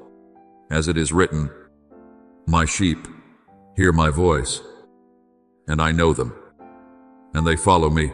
John 10:27. You recognize this call not because you sought it, but because you belong to it. Not everyone can perceive this, but you can, because your soul has been trained through previous seasons to discern my movement. Remember the story of Samuel as a child. My beloved, in the night, while others slept, he heard a voice and thought it was a human calling him. But over time, he learned to recognize that it was me. As it is written, speak, Lord, for your servant hears. 1 Samuel 3:10. Recognition does not come instantly. It is formed through sensitivity. In the same way, you are learning to distinguish my voice among many others. What you are feeling is not confusion. It is the sign that you are being drawn into deeper intimacy with me. The atmosphere around you is shifting, my beloved child, and you are sensing it even before you can explain it with words. Your heartbeat feels different. Your thoughts are being redirected, and your soul is vibrating at a new frequency. As it is written, the wind blows where it wishes, and you hear its sound. John 3-8. You do not need to see the entire picture to know that something is in motion. That inner resonance is the evidence that you are aligning with my movement. And now, I want you to hear this, not as a suggestion, but as a confirmation. What you have been waiting for is no longer ahead of you. It has already begun. Not tomorrow, not in some distant moment, but right now, in the very moment you are receiving these words. As it is written, behold, now is the accepted time. Behold, now is the day of salvation.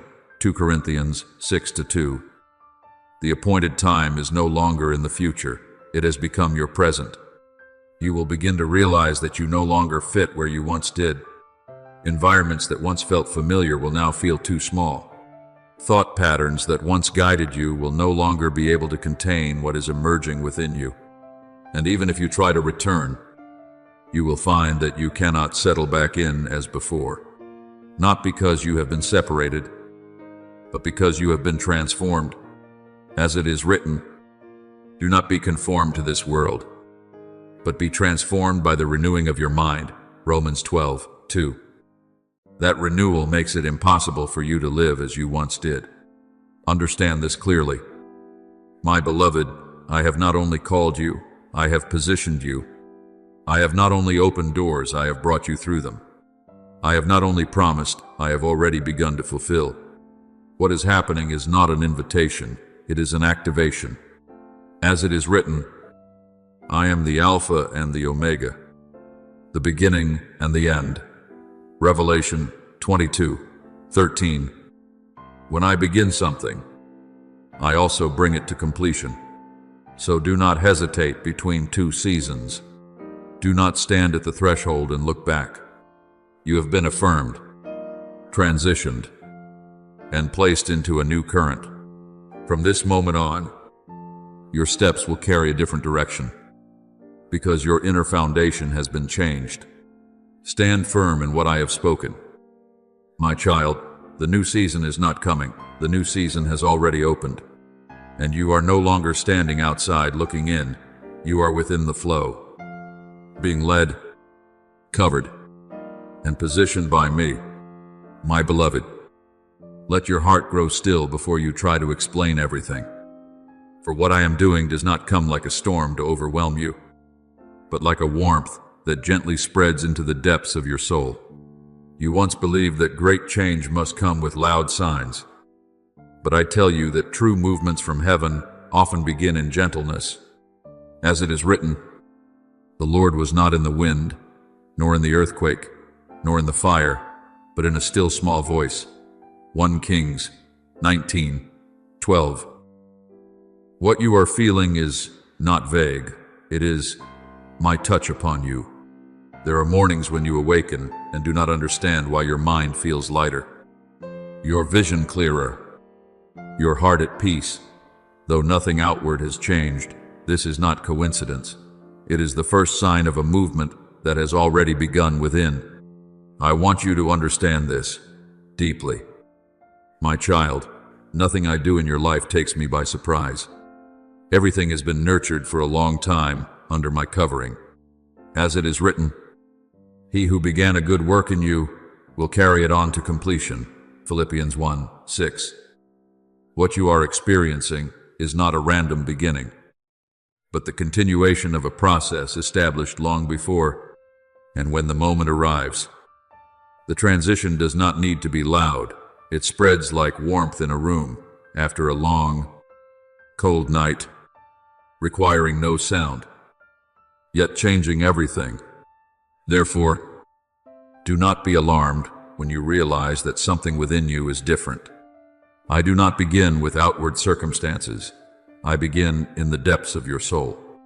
As it is written, the kingdom of God is within you. Luke 17:21. Before anything manifests outwardly, I have already initiated transformation within. If you feel lighter, clearer, no longer entangled in old patterns of thought, be at peace. For this is the evidence that the process has already been activated. Pay attention to what you have been experiencing recently. My beloved, things that once felt normal now feel uncomfortable. Conversations that once engaged you now seem empty. Environments that once felt easy now weigh heavily upon your spirit. You may ask yourself, am I changing too much? But I tell you, this is not imbalance, it is elevation. As it is written, set your mind on things above, Colossians 3:1. When I lift you higher, what belongs to lower levels will no longer fit you. I often begin a transition, my beloved child, with a quiet cleansing within, not by forcing you to abandon everything at once, but by loosening your attachment to what no longer belongs to you. As it is written, if anyone is in Christ, he is a new creation. Old things have passed away. Behold, all things have become new. 2 Corinthians 5:17. This newness is not only about adding what is new, but also releasing what is old. I cannot pour what is new into a space that is already filled with what no longer fits. That is why I allow you to feel a certain discomfort with what once felt familiar, not to disorient you, but to make room for what I am about to establish. Remember Abraham, my child. When I called him to leave his homeland, I did not lay out the entire map before him. I simply said, go from your country to the land I will show you. Genesis 12:1. He did not leave because he understood everything. He left because he no longer belonged where he was. A shift had already taken place within him before his feet ever moved. In the same way, you are being led not by complete understanding, but by a deep inner knowing that the old place is no longer yours. My beloved, when you grow weary of trying to please others, when you find that you no longer desire to live according to the expectations of the world, when your soul feels heavy in environments lacking light, do not assume that you are becoming difficult. I am refining you. I am teaching you discernment. As it is written, test all things, hold fast what is good. 1 Thessalonians 5:21. You are being trained to no longer accept everything as before, but to choose according to the life within you. This is happening because you were designed for a higher place. As I lift you, what belongs to lower levels becomes restrictive. You can no longer fit into spaces that once held you. As it is written, he makes my feet like the feet of deer, and sets me on my high places. Psalm 18:33. A new position requires a renewed soul, a transformed perception, and a higher standard. Therefore, do not resist this change. My beloved, do not try to return to what was simply because it feels familiar. If you do, you will feel caught between two worlds, no longer belonging to the old, yet not fully stepping into the new. But I declare that you are not abandoned in between. I am leading you step by step, layer by layer, movement by movement. Be at peace. For what you are experiencing is not instability, it is transition. It is not loss, it is preparation. It is not distance, it is elevation. And as you continue to walk, my beloved child, you will begin to see that all these inner changes are not random or disconnected, but part of a structured process guided by me.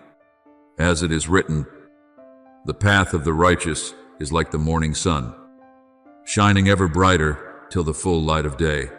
Proverbs 4:18. The light within you is increasing little by little, until you step fully into the clarity of this new season. Keep your heart soft. My child, allow me to continue clearing, arranging, and expanding what is within you. For when the inside is made ready, the outside cannot remain unchanged. And when that moment comes, you will know with certainty that everything has been prepared long in advance, and that you are stepping precisely into what I have already set aside for you. My beloved, there is something I have been doing quietly within you that you did not fully recognize before.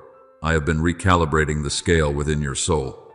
In the past, you were easily swayed by the words of others. A compliment could lift you. A criticism could weigh you down. And when there was no response, you questioned your worth. But now, you are beginning to notice that you are no longer carried by those waves. This is not indifference, it is liberation. As it is written, the fear of man brings a snare, but whoever trusts in the Lord shall be safe. Proverbs 29:25. I am freeing you from the trap of dependence on human approval, so that you may stand firm in the affirmation that comes from me. You will recognize something clearly. Even if you cannot yet name it, you no longer react as strongly to what once unsettled you. Words no longer pierce as deeply, and circumstances no longer easily pull you out of your inner stillness. You may wonder, am I becoming distant? But I tell you, no. As it is written, peace I leave with you, my peace I give to you. Let not your heart be troubled, neither let it be afraid. John 14:27.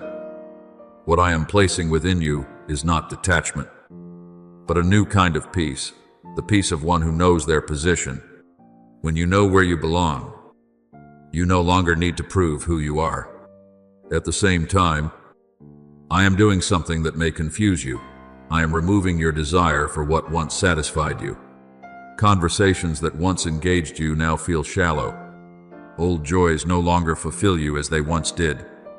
You may ask, what is happening to me? But I tell you, this is not loss, it is growth. As it is written, when I was a child, I spoke as a child, but when I became a man, I put away childish things. 1 Corinthians 13:11. The change within you is a sign that you are maturing, not losing your way. I am awakening within you a new hunger, a desire for what is deeper, truer, and carries weight. You are beginning to seek conversations that bring life, relationships that hold depth, and responsibilities that shape you. This is not driven by pressure, but by transformation. As it is written, blessed are those who hunger and thirst for righteousness, for they shall be filled. Matthew 5:6. This new hunger is evidence that I am preparing you for a different table, one you have not yet sat at before. My beloved child, when you feel that you are no longer as you once were, do not be afraid. This is not the loss of yourself, but a shedding of an old form. You are changing your spiritual skin. What once fit you now feels restrictive, not because it was wrong, but because you have outgrown it. As it is written, put on the new self, which is renewed in knowledge according to the image of him who created him. Colossians 3:10. You are stepping into a new version of yourself, one aligned with what I am about to entrust to you. So do not try to hold on to what I am removing. Do not attempt to revive what I am allowing to fade. If you cling to it, you will feel tension within, like someone trying to wear a garment that has become too small. But if you release it, you will begin to experience the lightness and freedom into which I am leading you.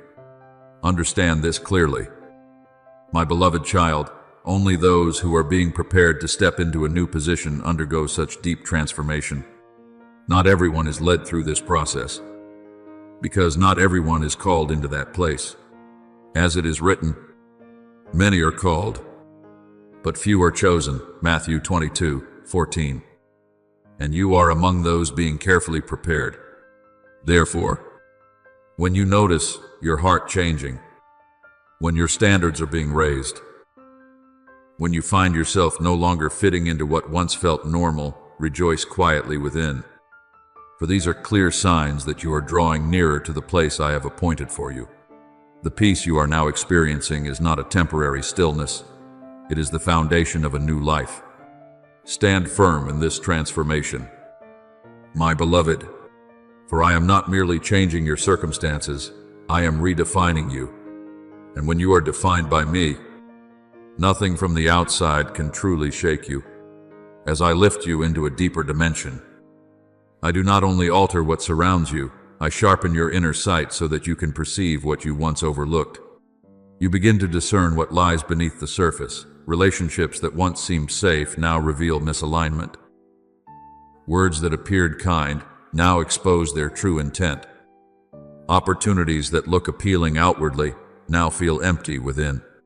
You may wonder, why am I becoming more critical? But I tell you, this is not harshness, it is clarity. As it is written, the spiritual man judges all things, 1 Corinthians 2:15. You are no longer evaluating life by old standards, but by the discernment I am placing within you. Know this deeply. I am not only teaching you to distinguish between good and evil, I am teaching you to discern between what is good and what is right. There are things that are not wrong, yet they do not belong to you. There are doors that close not because they are harmful, but because they are not the path I have assigned to you. As it is written, test what is pleasing to the Lord, Ephesians 5:10.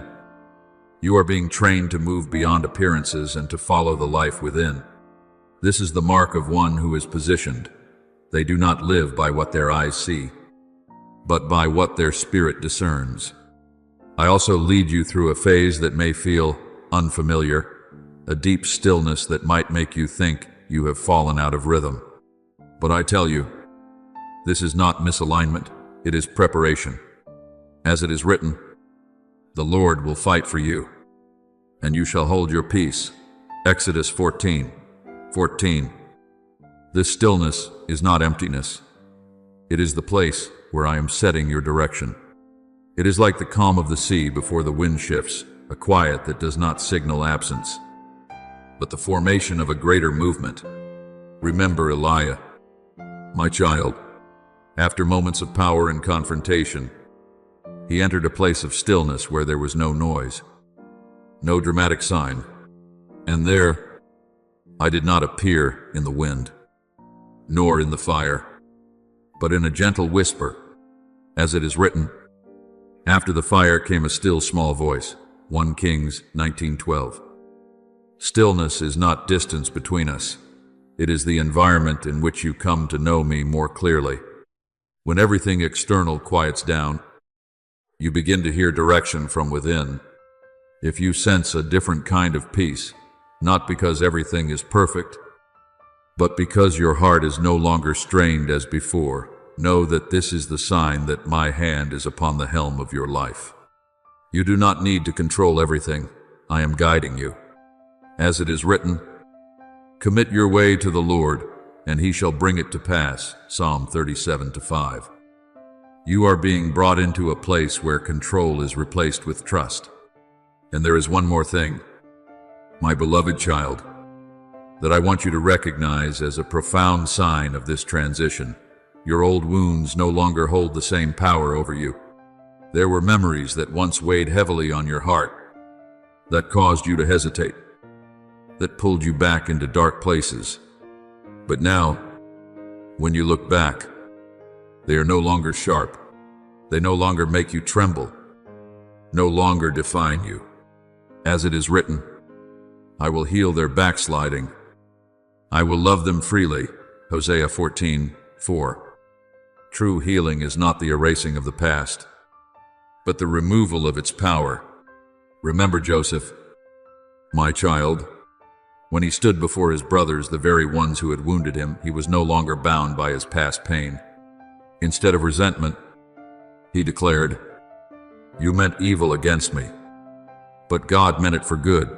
Genesis 50:20. That was not natural strength. It was the result of a soul that had been freed from its past. I have done the same within you.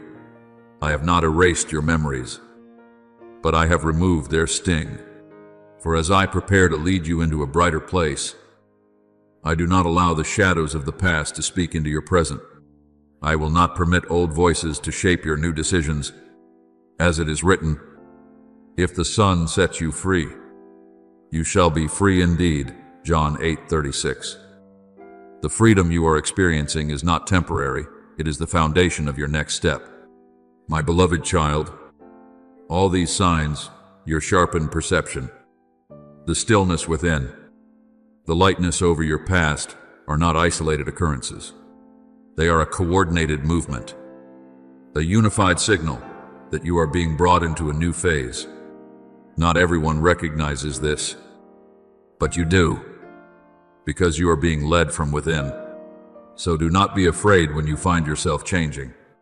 Do not doubt what you are sensing simply because others do not understand it. I am training you for a position you cannot enter with your old awareness. I am preparing you not just to live, but to live rightly positioned. Keep your heart open, my child, and continue walking in the quietness I am giving you. For within that stillness, I am guiding you across a threshold, and when you cross it, you will no longer be who you were yesterday, but who you have been destined to become in the season I have prepared for you from the beginning. My beloved child, there will come a moment when you look back at what once felt familiar and realize it can no longer contain you. Not because those things have become wrong, but because you have outgrown them. What once satisfied you now feels restrictive. What once brought comfort now feels suffocating. Environments that once fit, you can no longer hold the expansion taking place within you. You may think you are becoming unstable or inconsistent, but I declare to you, this is not fluctuation, it is elevation. As it is written, enlarge the place of your tent, do not hold back, Isaiah 54:2. When I expand you, the old structures can no longer suffice. Understand this clearly. My beloved, the strongest sign of a new season is not that doors immediately open outwardly, but that something begins to unfold within you first. As it is written, the kingdom of God is within you, Luke 17:21. Every true movement begins internally. When something shifts inside you, the external world will only later reflect what has already taken place. So if you feel that you no longer fit what once felt sufficient, it is not a sign that you are lost, it is a sign that you are advancing. My child, when you feel confined by what once felt natural, do not rush back to it simply because it is familiar. If you try to force yourself into old patterns, you will feel a deep inner conflict, not because you are wrong, but because you have surpassed that measure. As it is written, no one puts new wine into old wineskins, Luke 5:37. What I am pouring into you requires a new structure, a new space, and a new way of living. And in the midst of all these changes, there will arise within you something subtle yet undeniable, a knowing that does not come from reasoning, does not require proof, and does not depend on external confirmation. It will not be loud or urgent, nor will it overwhelm you. It will be like a quiet whisper in the depths of your soul. It is time. As it is written, to everything there is a season, Ecclesiastes 3:1. You will begin to recognize that your appointed time has shifted. You do not need anyone to tell you, because you know, not through logic, but through inner conviction. As it is written, the Spirit Himself bears witness with our spirit, Romans 8:16. The voice you are hearing is not imagination, it is the witness from within, where I am speaking directly to you. And what I am speaking is not an invitation to consider, but a confirmation that you have crossed into a new threshold. Stand firmly in this awareness. The old season has come to completion, not because you failed, but because it has fulfilled its purpose. And what is opening before you is not a simple continuation, it is a new phase, a new position, a new way of living. I am whispering into your depths not to trouble you, but to awaken you, not to rush you forward, but to align your steps. And that whisper, my beloved, is this: you have entered the season of unveiling, the season of transition, the season of positioning. Therefore, believe, respond, and walk as one who knows they no longer belong to the former place, but are already standing within what has long been prepared. My beloved child, listen with the depth that has been formed within you. For now, I reveal what previous seasons did not permit you to receive. This is not the praise of the world, nor the validation of crowds, but a declaration that comes from me, the one who has watched every step you have taken in secret. I lay my hand upon your life, not based on what you displayed before others, but on what you became when no one was watching. As it is written, your Father who sees in secret will reward you openly. Matthew 6:6. And that reward is not merely blessing, it is position. My beloved child, you have walked through seasons that many could not understand, long nights without answers, moments when everything within you wanted to withdraw. Yet you chose to remain, and I saw it all. I saw you keep your heart tender when you could have hardened. I saw you hold on to truth even when you were misunderstood.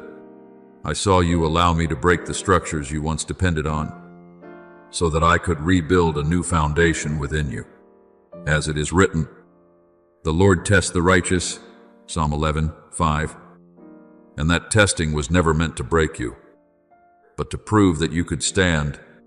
And so today, my beloved, I place upon you the mark of a new phase, not a mark visible to human eyes, but a transformation undeniable within your spirit. As it is written, you were sealed with the Holy Spirit of promise, Ephesians 1:13. This seal does not come from man, but from my Spirit. And I declare this moment before heaven and earth, this is the season in which you are lifted into the position long prepared for you. But hear this clearly, my child, for it will keep you steady. Elevation does not make things easier, it makes them weightier. As it is written, he who is faithful in what is least is faithful also in much, Luke 16:10. When I raise you to a higher place, I also entrust you with deeper responsibility. A new level does not only change your perspective, it changes the weight you must carry. You can no longer walk by emotion as you once did. You cannot rely on fleeting enthusiasm to sustain what has been given to you. I am calling you into a disciplined way of living, discipline in your thoughts, in your words, in your decisions. As it is written, watch and pray, Matthew 26-41. Vigilance is no longer optional. It is essential for you to hold what I have entrusted to you. Understand this as an unshakable principle. If you are elevated without maintaining inner stability, you will be shaken by the very things I have given you, not because you are not called, but because you have not yet sustained the structure required to carry it over time. As it is written, the house built on the rock stood firm when the storm came, Matthew 7:25. I do not desire for you to rise quickly. I desire for you to stand enduringly. Therefore, do not seek to be seen. Do not allow your mind to chase after the approval of others. True position is not found where people are watching, but where I have placed you. As it is written, he who humbles himself will be exalted, Luke 14:11. The more you keep your heart humble, the more firmly you will stand in what I have given. My beloved child, as you step into this season, carry a new posture, not the posture of one trying to prove, but of one who has already been affirmed, not of one searching for position, but of one entrusted to hold it. Let every step you take be guided not only by the light you see, but by the discernment you carry within. There will be things that appear right but are not mine. There will be opportunities that seem appealing yet carry no life. As it is written, there is a way that seems right to a man, but its end is the way of death. Proverbs 14:12. You must learn to discern not merely with your eyes, but with a spirit that has been refined and sharpened. I did not call you higher so that you would fall. My beloved child, I did not place you in position only for you to fail to hold it. I have prepared you, and I will continue to sustain you if you remain in me. As it is written, abide in me, for without me you can do nothing. John 15:4-5.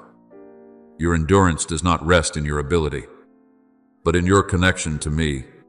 So walk forward, my child, but walk with awareness. Advance, but with steadiness. Receive what I place in your hands, but carry it with a heart that has been shaped in the refining fire. And remember this, I do not only lift you up, I uphold you. If you walk with me, no wind will overthrow you. No pressure will break you. For I am not only the one who calls you, I am the one who establishes and sustains you in every season. What I am placing into your hands now is no longer light. It is a responsibility that only those who have passed through fire can carry. I am entrusting you with an influence that cannot be seen with natural eyes, yet can be felt in the spiritual realm. It is not measured by how many listen to you, but by what changes when you are present. When you enter a place, the atmosphere shifts not because of how much you speak, but because of what you carry. As it is written, you are the light of the world, Matthew 5:14. Light does not argue to prove itself, it simply shines, and darkness recedes. But hear this clearly, my beloved, for it will guard you in this season. Influence is not given for self-satisfaction. It is not a tool to seek recognition, nor a weapon to prove yourself right. As it is written, whoever desires to become great among you, let him be your servant, Matthew 20:26. True influence is always joined with service. If you use it to elevate yourself, it will become a burden, but if you use it to lift others, it will become a flow of life.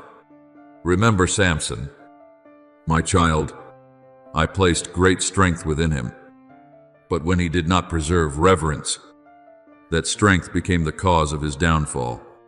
As it is written, the Lord had departed from him, and he did not know it. Judges 16:20. The greatest danger is not losing influence. It is believing you still have it when I have withdrawn my hand. That is why I place within you a safeguard, the fear of me. Not fear that drives you away, but a deep reverence that leads you to examine your heart before you act. Influence is like a sword. My beloved, it can open the way for life, but it can also wound if it is wielded with the wrong intent. So do not rush to use what I have given you. Learn first to carry it with care. As it is written, guard your heart above all else, for out of it flow the issues of life. Proverbs 4:23. If your heart is aligned, your influence will heal. If your heart is misaligned, your influence will harm, even without intention. Therefore, I do not only give you authority, I also give you strategy to preserve it. And this is the first principle you must engrave within yourself. You must learn to recognize my voice faster than your own emotions. At this level, it is not the fastest who stands, it is the one who hears correctly. As it is written, my sheep hear my voice, John 10:27. You cannot respond merely because emotions rise within you. You must pause, listen, and discern. There will be moments when you stand before a choice, and your emotions will urge you to act immediately. But I say to you, do not first ask, what should I do? Ask instead, what is the source of what is driving me? As it is written, test the spirits, 1 John 4:1. Not every impulse comes from me, even if it appears right. The one who is positioned does not act under pressure, but moves with clarity. Remember Gideon, my beloved child. When I called him, he did not rush headlong into battle. He sought confirmation. He learned to discern my voice, even in the presence of his own fear. And when he finally moved, He did not prevail by numbers, but by precise obedience. As it is written, the Lord said to Gideon, "The people with you are too many." Judges 7-2. I taught him that victory does not come from doing more, but from aligning exactly with what I have spoken. My child, in this season, your sensitivity matters more than your speed. You do not need to move quickly. You need to move rightly. If you run fast in the wrong direction, you will only exhaust yourself. But if you walk slowly in alignment, you will arrive at the place I have prepared. As it is written, the path of the righteous shines ever brighter. Proverbs 4:18. The light will guide each step if you are willing to listen. I will teach you something deeper still, how to remain still in the midst of chaos.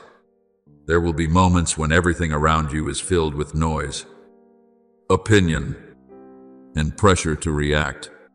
But the one who is positioned is not carried away by that current. They know when to stand still. As it is written, be still before the Lord and wait patiently for him. Psalm 37-7. Stillness is not weakness. It is strength under control.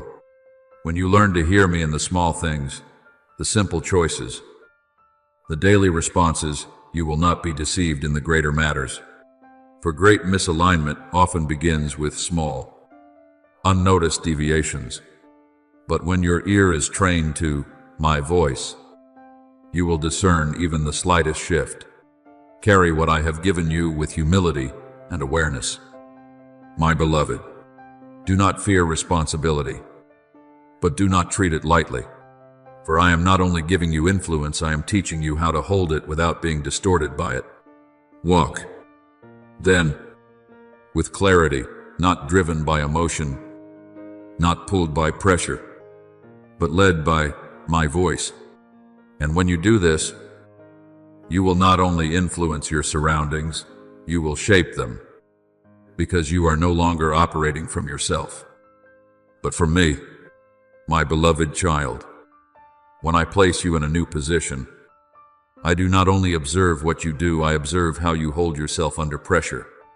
Therefore, engrave this truth within your heart before you can lead anything outwardly. You must learn to govern what is within. If your soul is not cared for, everything I give you will become a burden instead of a blessing. As it is written, guard your heart above all else, for out of it flow the issues of life. Proverbs 4:23. The foundation of influence is not in what you do, but in who you are. Picture your soul as a garden. My child, no garden bears fruit without tending.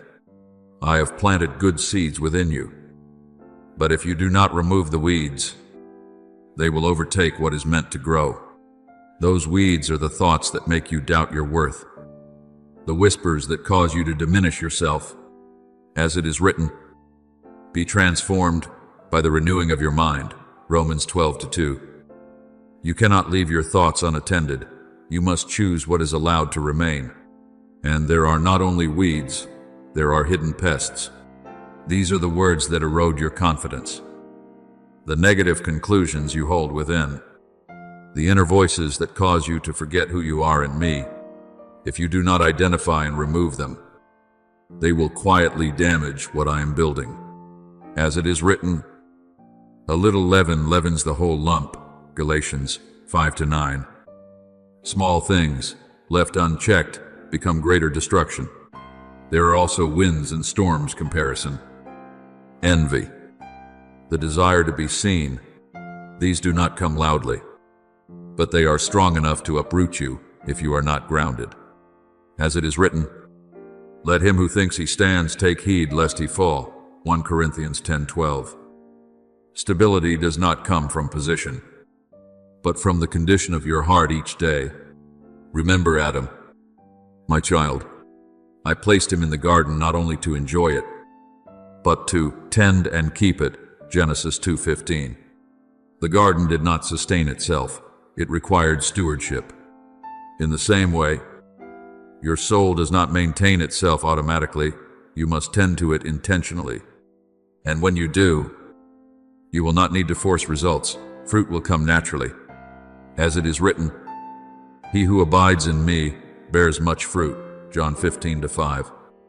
Fruitfulness is the natural outcome of a life that is rightly maintained. And now, my beloved child, I lead you into something deeper still. Not every opportunity you encounter comes from me. There are doors that open yet carry no life. Invitations that sound appealing yet do not lead you in the right direction. As it is written, Satan himself transforms himself into an angel of light. 2 Corinthians 11:14. Not everything that appears bright is true light. Therefore, you must learn to see beyond the surface. Do not settle for appearance. Seek the essence. When an opportunity comes, do not first ask whether it is attractive. Ask, does this draw me closer to him, or does it pull me away? As it is written, find out what pleases the Lord. Ephesians 5:10.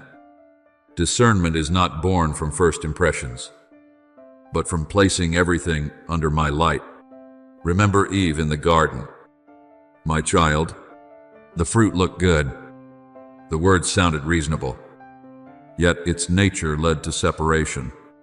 As it is written, the woman saw that the tree was good for food, and she took of its fruit and ate. Genesis 3-6.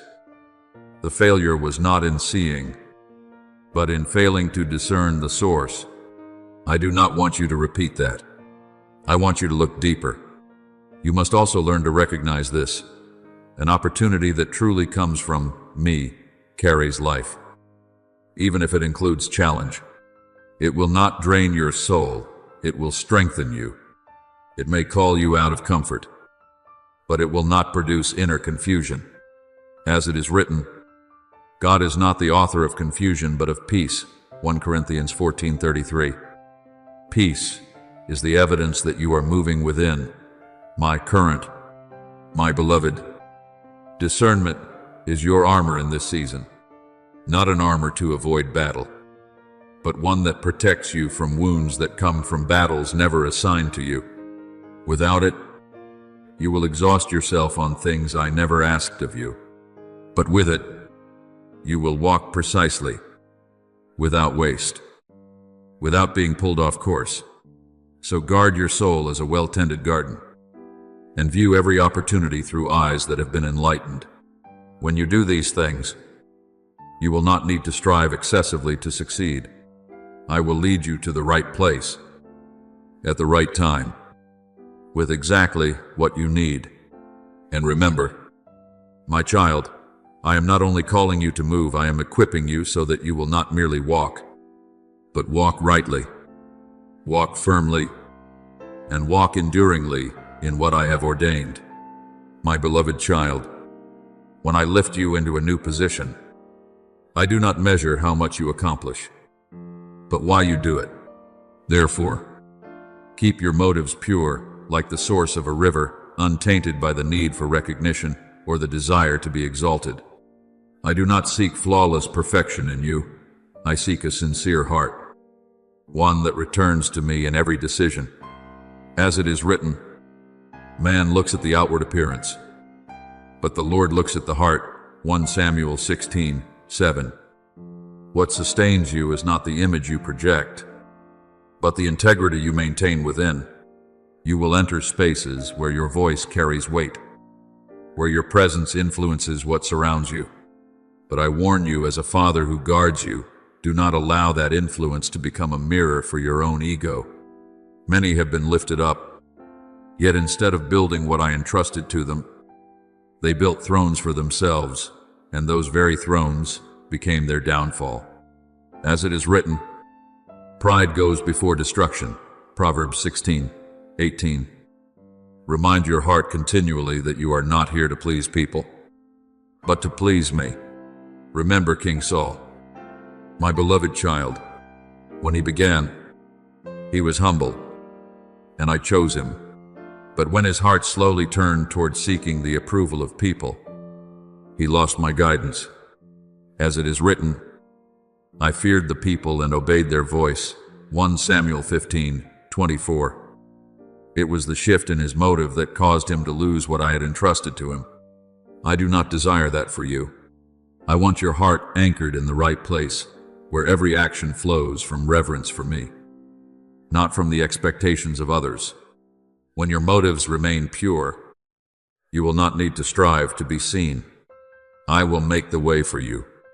As it is written, humble yourselves before the Lord, and he will lift you up. James 4:10.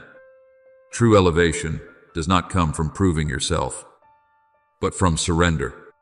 And when I increase your influence, it will not cost you your soul, because your focus has been rightly aligned.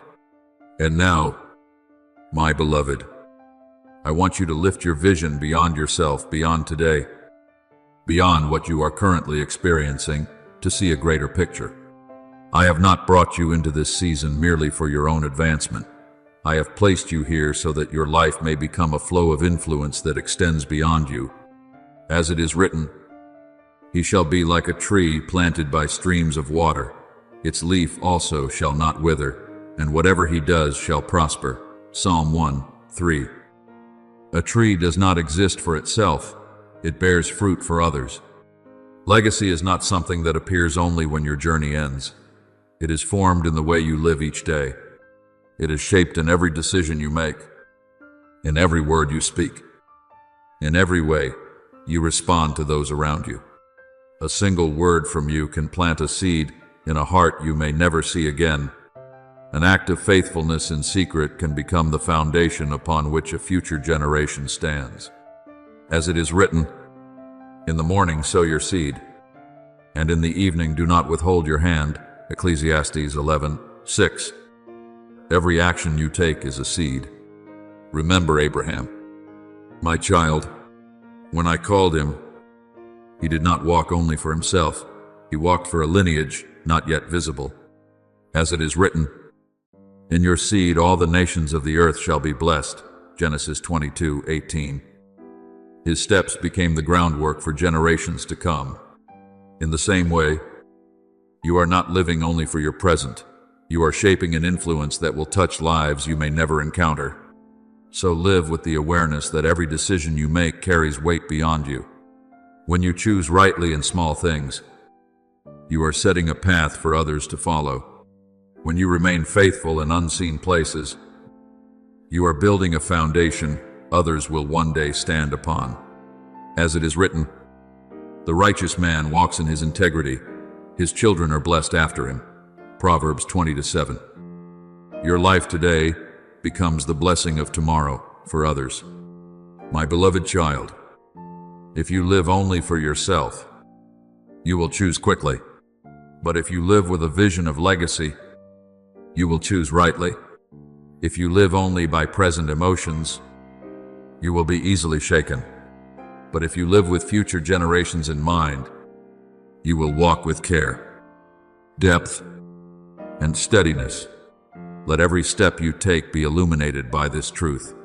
You are not merely living, you are sowing. You are not merely reacting, you are shaping. And when you understand this, you will walk with a quiet gravity, a steady strength that does not need to be announced. I have placed you in this season not merely for you to experience it, my beloved child, but for you to become a source. And when you keep your motives pure and live with the vision of legacy, I will cause your life not only to bear fruit, but to bear fruit that remains. What flows from you will not fade with time, because it is rooted in what I have established within you. Now I speak what your soul has long been prepared to receive. You are no longer standing among those who are only being shaped. You have been brought into the company of those who are sent, not because you have reached perfection, but because you have learned how to stand firm within the process. As it is written, I send you out as sheep in the midst of wolves. Matthew 10:16. The sending does not wait for perfection. It comes when you are ready to walk under my direction. From this moment, you do not only receive, you begin to operate. You do not only learn, you begin to execute. You no longer carry the weight of the former season. You carry the authority of the new one I have placed upon you. I give you the authority to stand before winds you once avoided.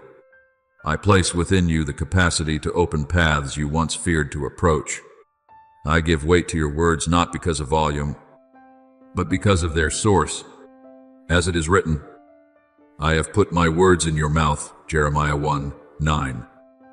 When you speak in alignment with me, your words are no longer your own. They become an expression of what I am declaring.